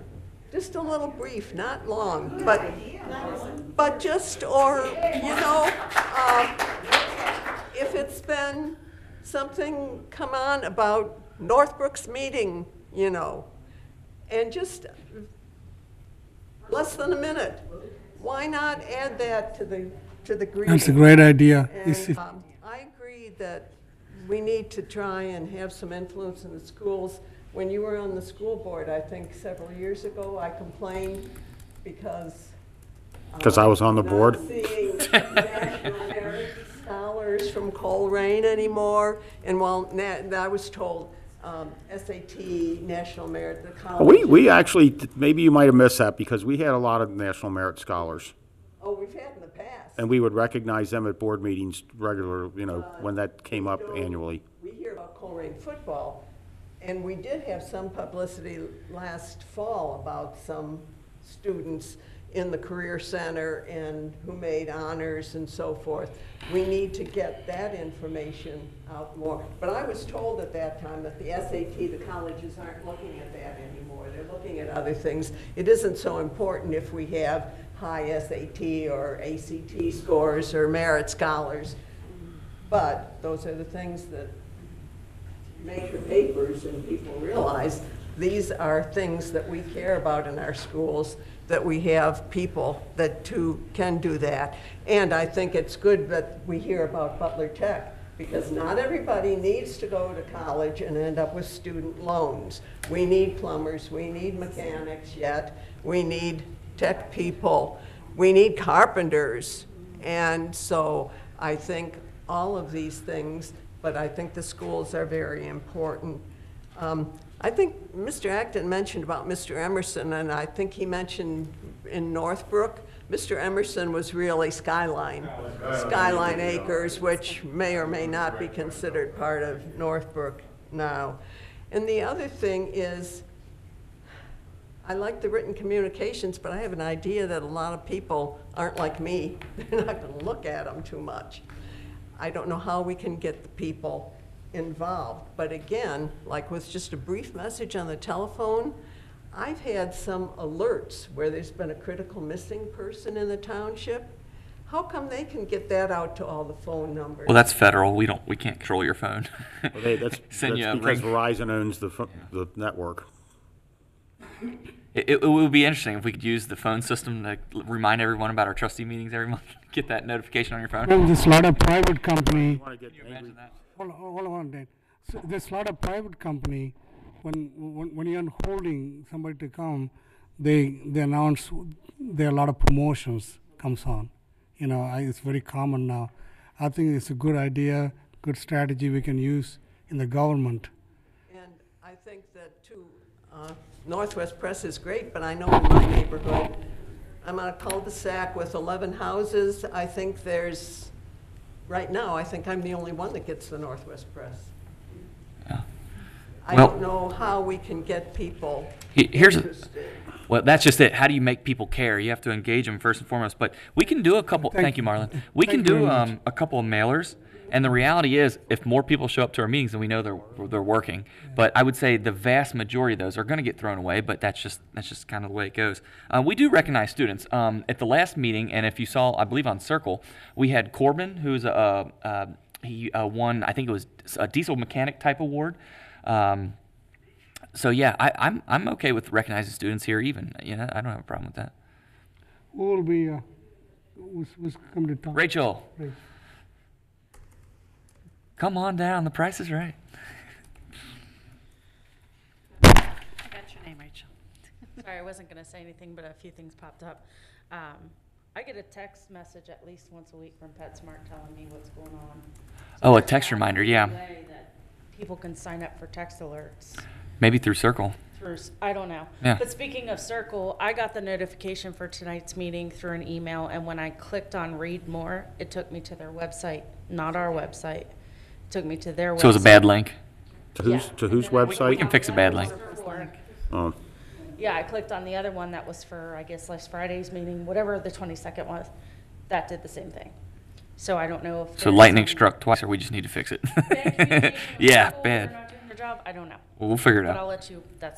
I'll let you guys take care of that. I haven't been around because I've been working a lot, and I think that a lot of people my age maybe aren't as engaged because they're caught up in the families and they're just for sure. trying to figure out how to juggle it all.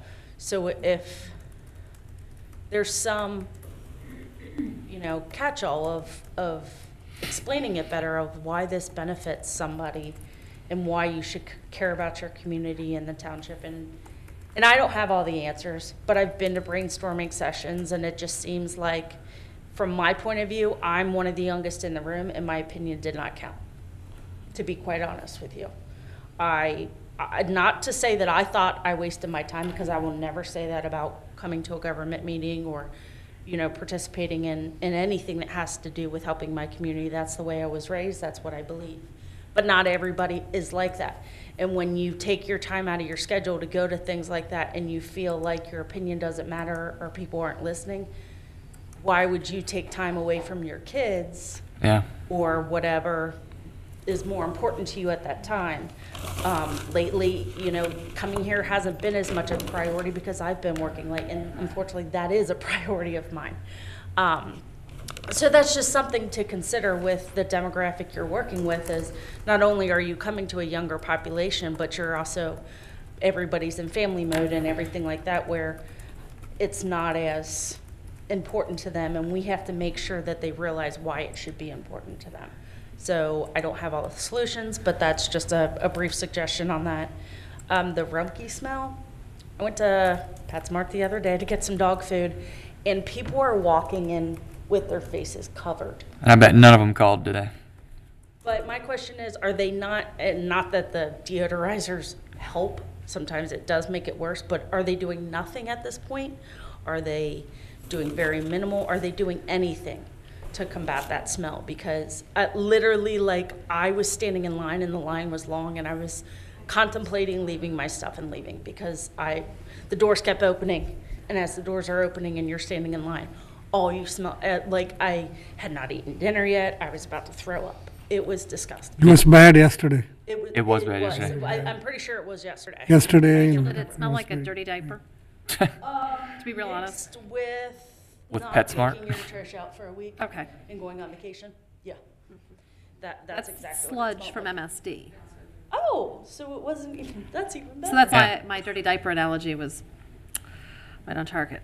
See, we don't have water lines or anything where I live, so I don't get that smell once I get to my house, but when I'm up on top of the hill, Yeah. is what I call it, I get all those pleasant odors and stuff like that. But I have noticed that Rumpke hasn't been using as much deodorizer, or maybe they don't use it in the off season. I'm not really They sure. were using it last night. Yeah. Yeah. So, and then just, you know, I think that getting rid of some of the other community events that not only involve just seniors and children were, you know, like Taste of Colerain, kind of detrimental to the community because I don't hang out in Colerain. There's nothing here for me to do. I'm not going to go jump on a trampoline at a trampoline park or whatever it is on the road. I fully support all the things we do for our kids and our seniors. And even with like the Senior Citizen Center, when we were talking about ideas of keeping that, like I was totally for like sponsoring a senior. I'll pick you up and take you to meetings if you can't see. Oh, that's a sweet idea. I'm totally fine What a with all sweetheart. that. That's But really as far sweet. as activities for someone my age, it's just, you know, I'll go have dinner or whatever, you know, within the township here and there, but there What are activities do you suggest? I want to know, like, what? Well, the paddle day is a good idea, but you guys can only hold so many people Yeah. to do it because of a monetary issue. I wouldn't mind paying for something like that. Holding events at the parks or, like I said, even Taste of Colerain, like I would get involved in even planning that and then bringing people. If you have suggestions for anything you can bring in, whether, because our amphitheater at Colerain throughout the summer, on the weekends, we do all kinds of live music events, and our parks very much are geared toward kids or elderly. It's kind of one or the other. But yeah, if any suggestions on bringing people here, absolutely. Absolutely. You know, something even for like, if there's something that people can get their kids taken care of for the evening and couples come out and do things. Like, I think we need a good PR person for this township. And I know that drains money in itself. And I have, you know, coming from a different city that I worked with, they're considering the same thing right now. And they only have 9,000. Wow. Residents. So we have 60,000 and we don't have a PR person, but they're about to get one. That to me is just like. We didn't have code enforcement for a while either. Yeah, I know, but we need to promote our township and we need to do it in the best positive light. And if we Amen. don't have the answers, maybe a qualified professional that we could pay, even on a part-time or consulting, instead of doing surveys and all this stuff. Like somebody that would actually jump in and sit here for 2 meetings, just like everybody else has, and said, oh, I figured out what the problem is, or here are solutions to help. We don't need to run surveys that cost thousands and thousands of dollars or send mailers or anything like that. To hire a qualified professional to do it if we know that's what the problem is. We have an image problem in Colerain Township right now, and citizens are losing faith in their township. And I think that we need someone to spin that and someone to turn it, and they're not going to watch it on Waycross and they're not going to read it in the paper. So that's all. Thank you. Thank you. Thank you, Rachel. Thanks. Go ahead, Stephanie. Oh, Russ, we're running out of time here. yeah, that's okay. Quick. Oh, Stephanie Wright. I have a request that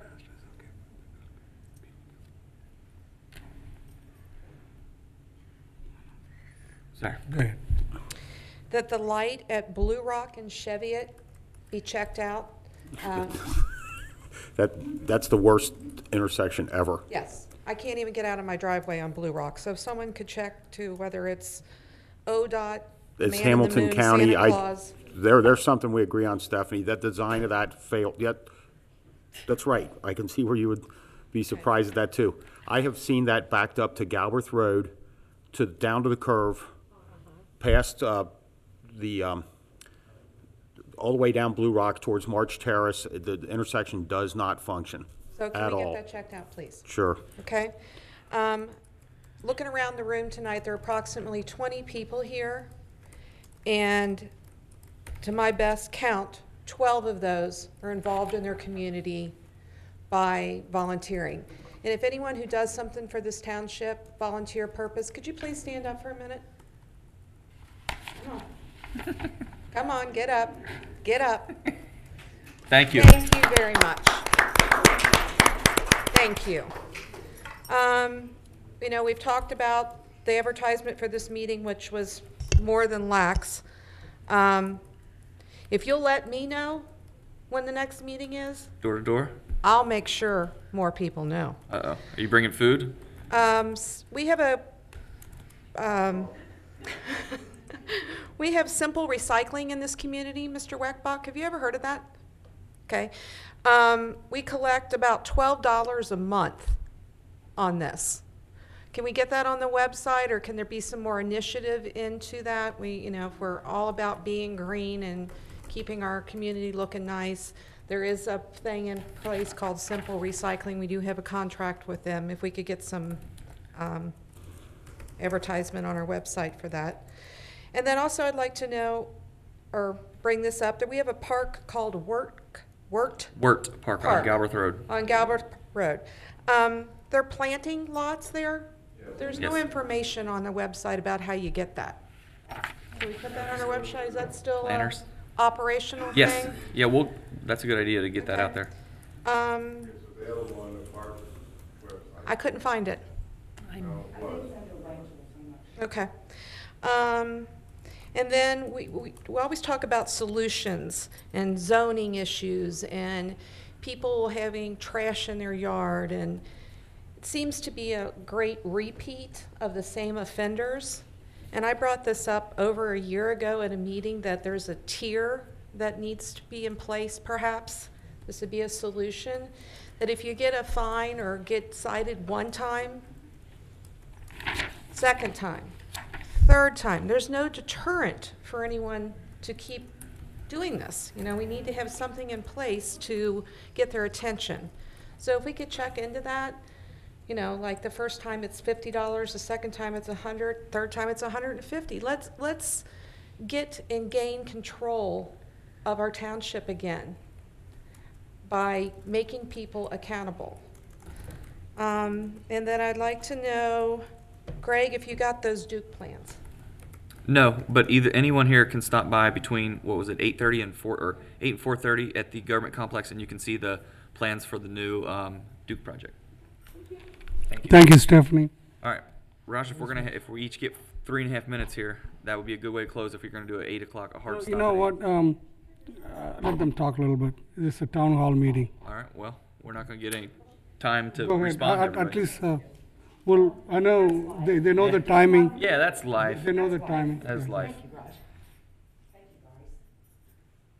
Okay, I'll be as fast as I can, and that's a joke, isn't it? I'm sorry. Okay, somebody talked about the cops' budget and stuff like that. We need to improve it.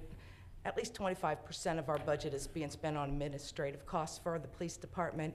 If we adopted a constable program like I recommended over a year ago, the county would be sucking that up instead of us paying for it, and we'd have more cops on the street. On the website, just so you know, the playground that you guys never approved is pictured on the website, as if that's going to be our new playground. And the problem I see with the website is so many people have opinions and they want to contribute, and I don't really see a venue or a line from when we come up here and talk to something getting done. So if I come up here and crab about the communication, there should be somebody who, within the next 3 days, is setting up a committee and saying, you guys all talked about this was important to you, let's get together and design some solutions, and then you guys follow through with the solutions. So like our website, that video was cool as heck. but it showed Colerain High School and didn't show Northwest. I made a comment about that. If we had had simple public participation, if we had been invited, that never would have happened. I actually asked them to put like J.C. Phelps Boulevard or something on there, Okay. and it never got on there, and I don't know why, but I did. terrible. I did It's ask. a terrible oversight. The, what do they call themselves, the redheaded stepchild? That's how they feel. And we treat them that way.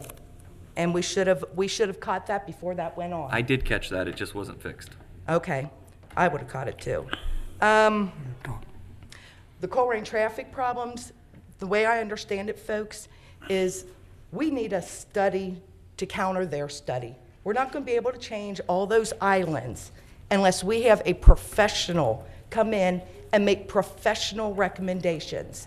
Now, maybe there's a volunteer to do that, I don't know, but I personally feel we can talk to her blue in the face, but if we really think there's a need, we need a professional to come in and assess it and give a second opinion. That's what KZF is. You're saying challenge them?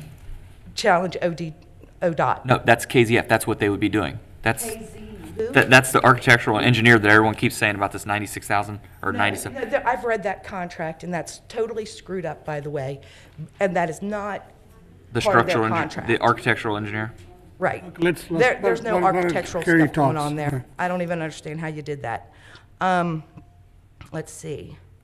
So that, I'm recommending you do get a study done if you feel that.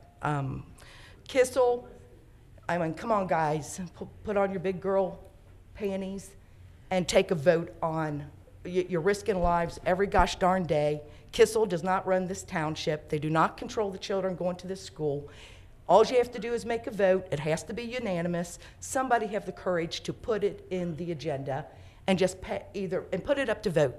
And if you don't vote to do it, if you don't have the strength to stand up to the neighbors in Kissel, then you don't got my vote. Well, I think all of us. We only got a little time. Let me just run through this real That's quick. not, I'm not voting trying to isn't be the issue. rude. You're fine. You're fine. I'm just trying to tell you. Voting isn't the issue on There is that. yes, it is. It's not because we're all in agreement. Then why haven't you posed Because a motion? It's the right of way that's the issue. It's ODOT. Okay, We the don't only control person who ODOT. said anything interesting on that was Dan. Well, we need to, Let it talk. the homeowners group would have to give us a construction easement. It's just like I can't set up equipment and stuff in your yard unless you will grant me a temporary construction easement. The homeowners group I'll will look at not that grant again, but us that everything I read easement. on it says it just takes a unanimous vote. I wish. And you guys get the easement. So that with Kissel. Let's see. The beautification stuff, it's like we talk and we talk and we talk and we talk and nobody does anything. And this study isn't scheduled to be finished for beautification until December. So what are we doing this year? Nothing. Absolutely nothing.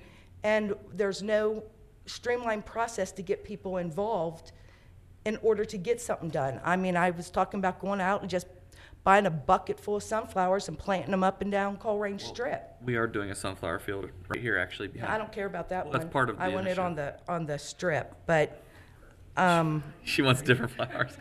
Those flowers aren't gonna. Let's not don't go know into the about it in argument. the community, then it's It's not a- doing its job. Let's not go into the argument.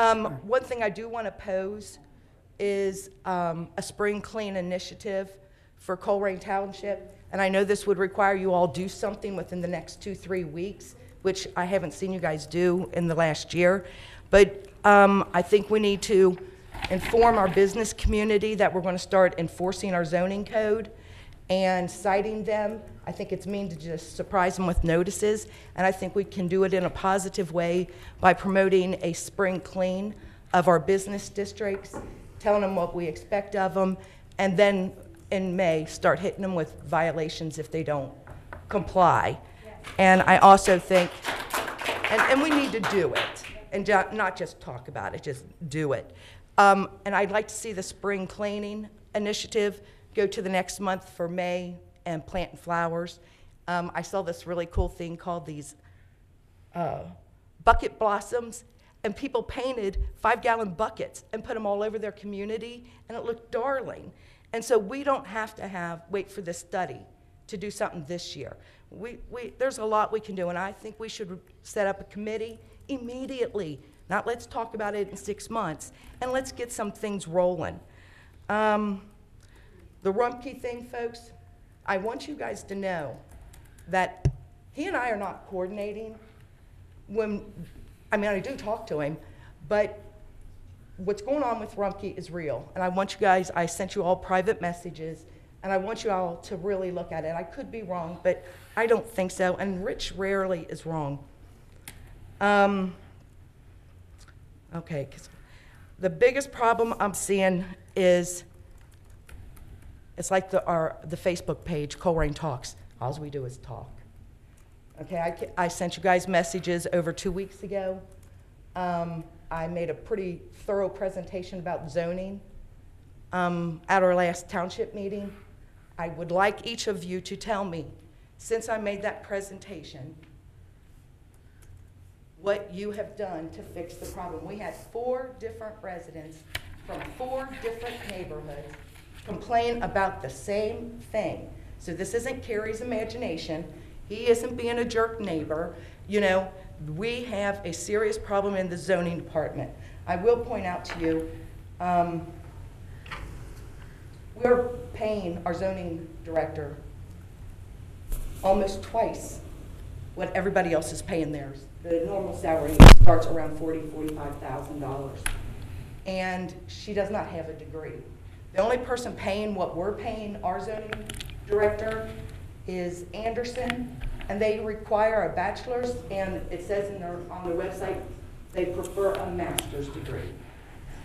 We've got a pretty serious problem in zoning, and I'd like to know, what have you guys done to address the So you're zoning? saying that Jenna does not have a college degree or any type She of has a zoning degree. She does. Yeah, you're incorrect on that. Yeah. Yeah. Thank you. Okay. Is it in zoning or anything like that? It's urban planning. Well, then I'm completely wrong. Good job. I just wonder how she was pretty good at it without the education. Well, there's a whole body of law that goes along with zoning, and I mean, there's a lot more than any one person could read, and part of the job is keeping the township cleaned up, and part of the job is trying to minimize any legal entanglements that we would get in. We want to get it right on the first try, and that's why, I mean, we do. I mean, we have no incentive to get it wrong on the first try, but that's part of the reason that Jenna has those degrees. 2 weeks ago, what has been done, and 3 other people brought up almost the same problems. Talking about code enforcement? What have you guys done?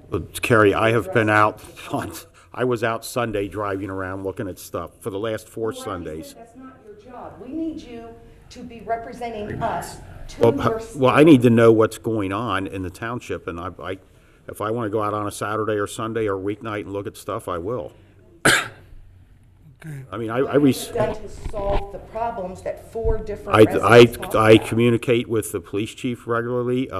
Frank, the fire chief, is the quietest among all of them. For sure.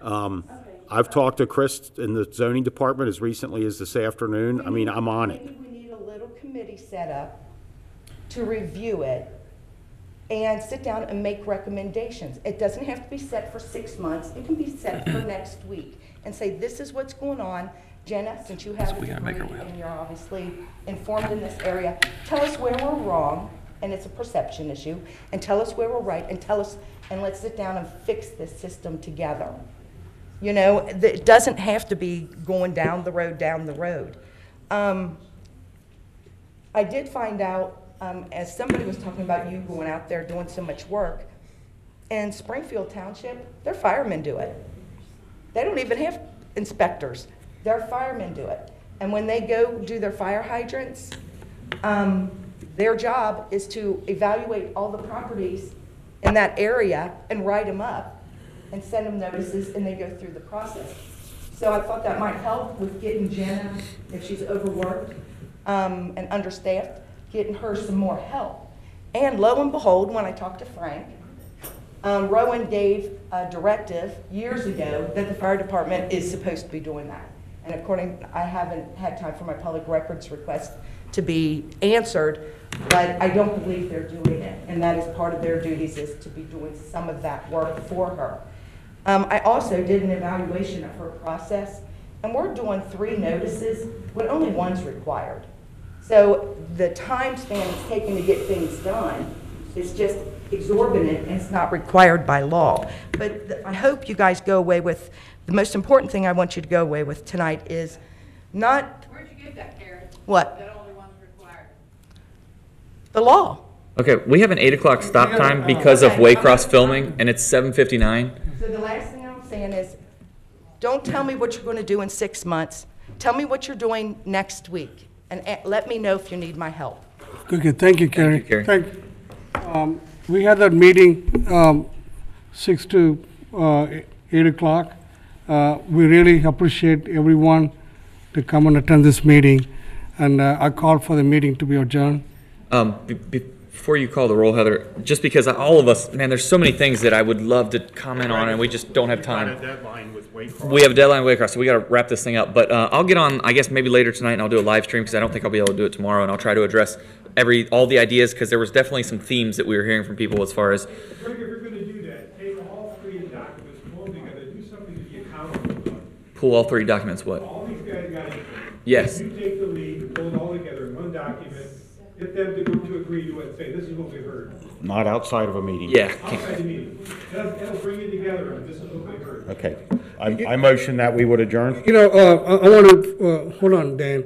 I want to make a final comment on this. This is a first town hall meeting, and, you know, we're not rushing through, but we want to hear it, but we want to make this meeting very meaningful. I think, Rich, hold on, Greg. Okay. We're Okay, obligated. it's 8 o'clock, it's not, you know, we got to respect the residents, come and attend the meeting. That's a very critical point, you know. This is a first town hall meeting, it's a great participation, it's a great ideas came out, a lot of input. You know, this is, Rich, you're right, you know, all 3 of us maybe have a work sessions, or bring this, put together, this is a concern of the people, and address to the administration, what action you're going to take, how long it's going to take, what's the next step is.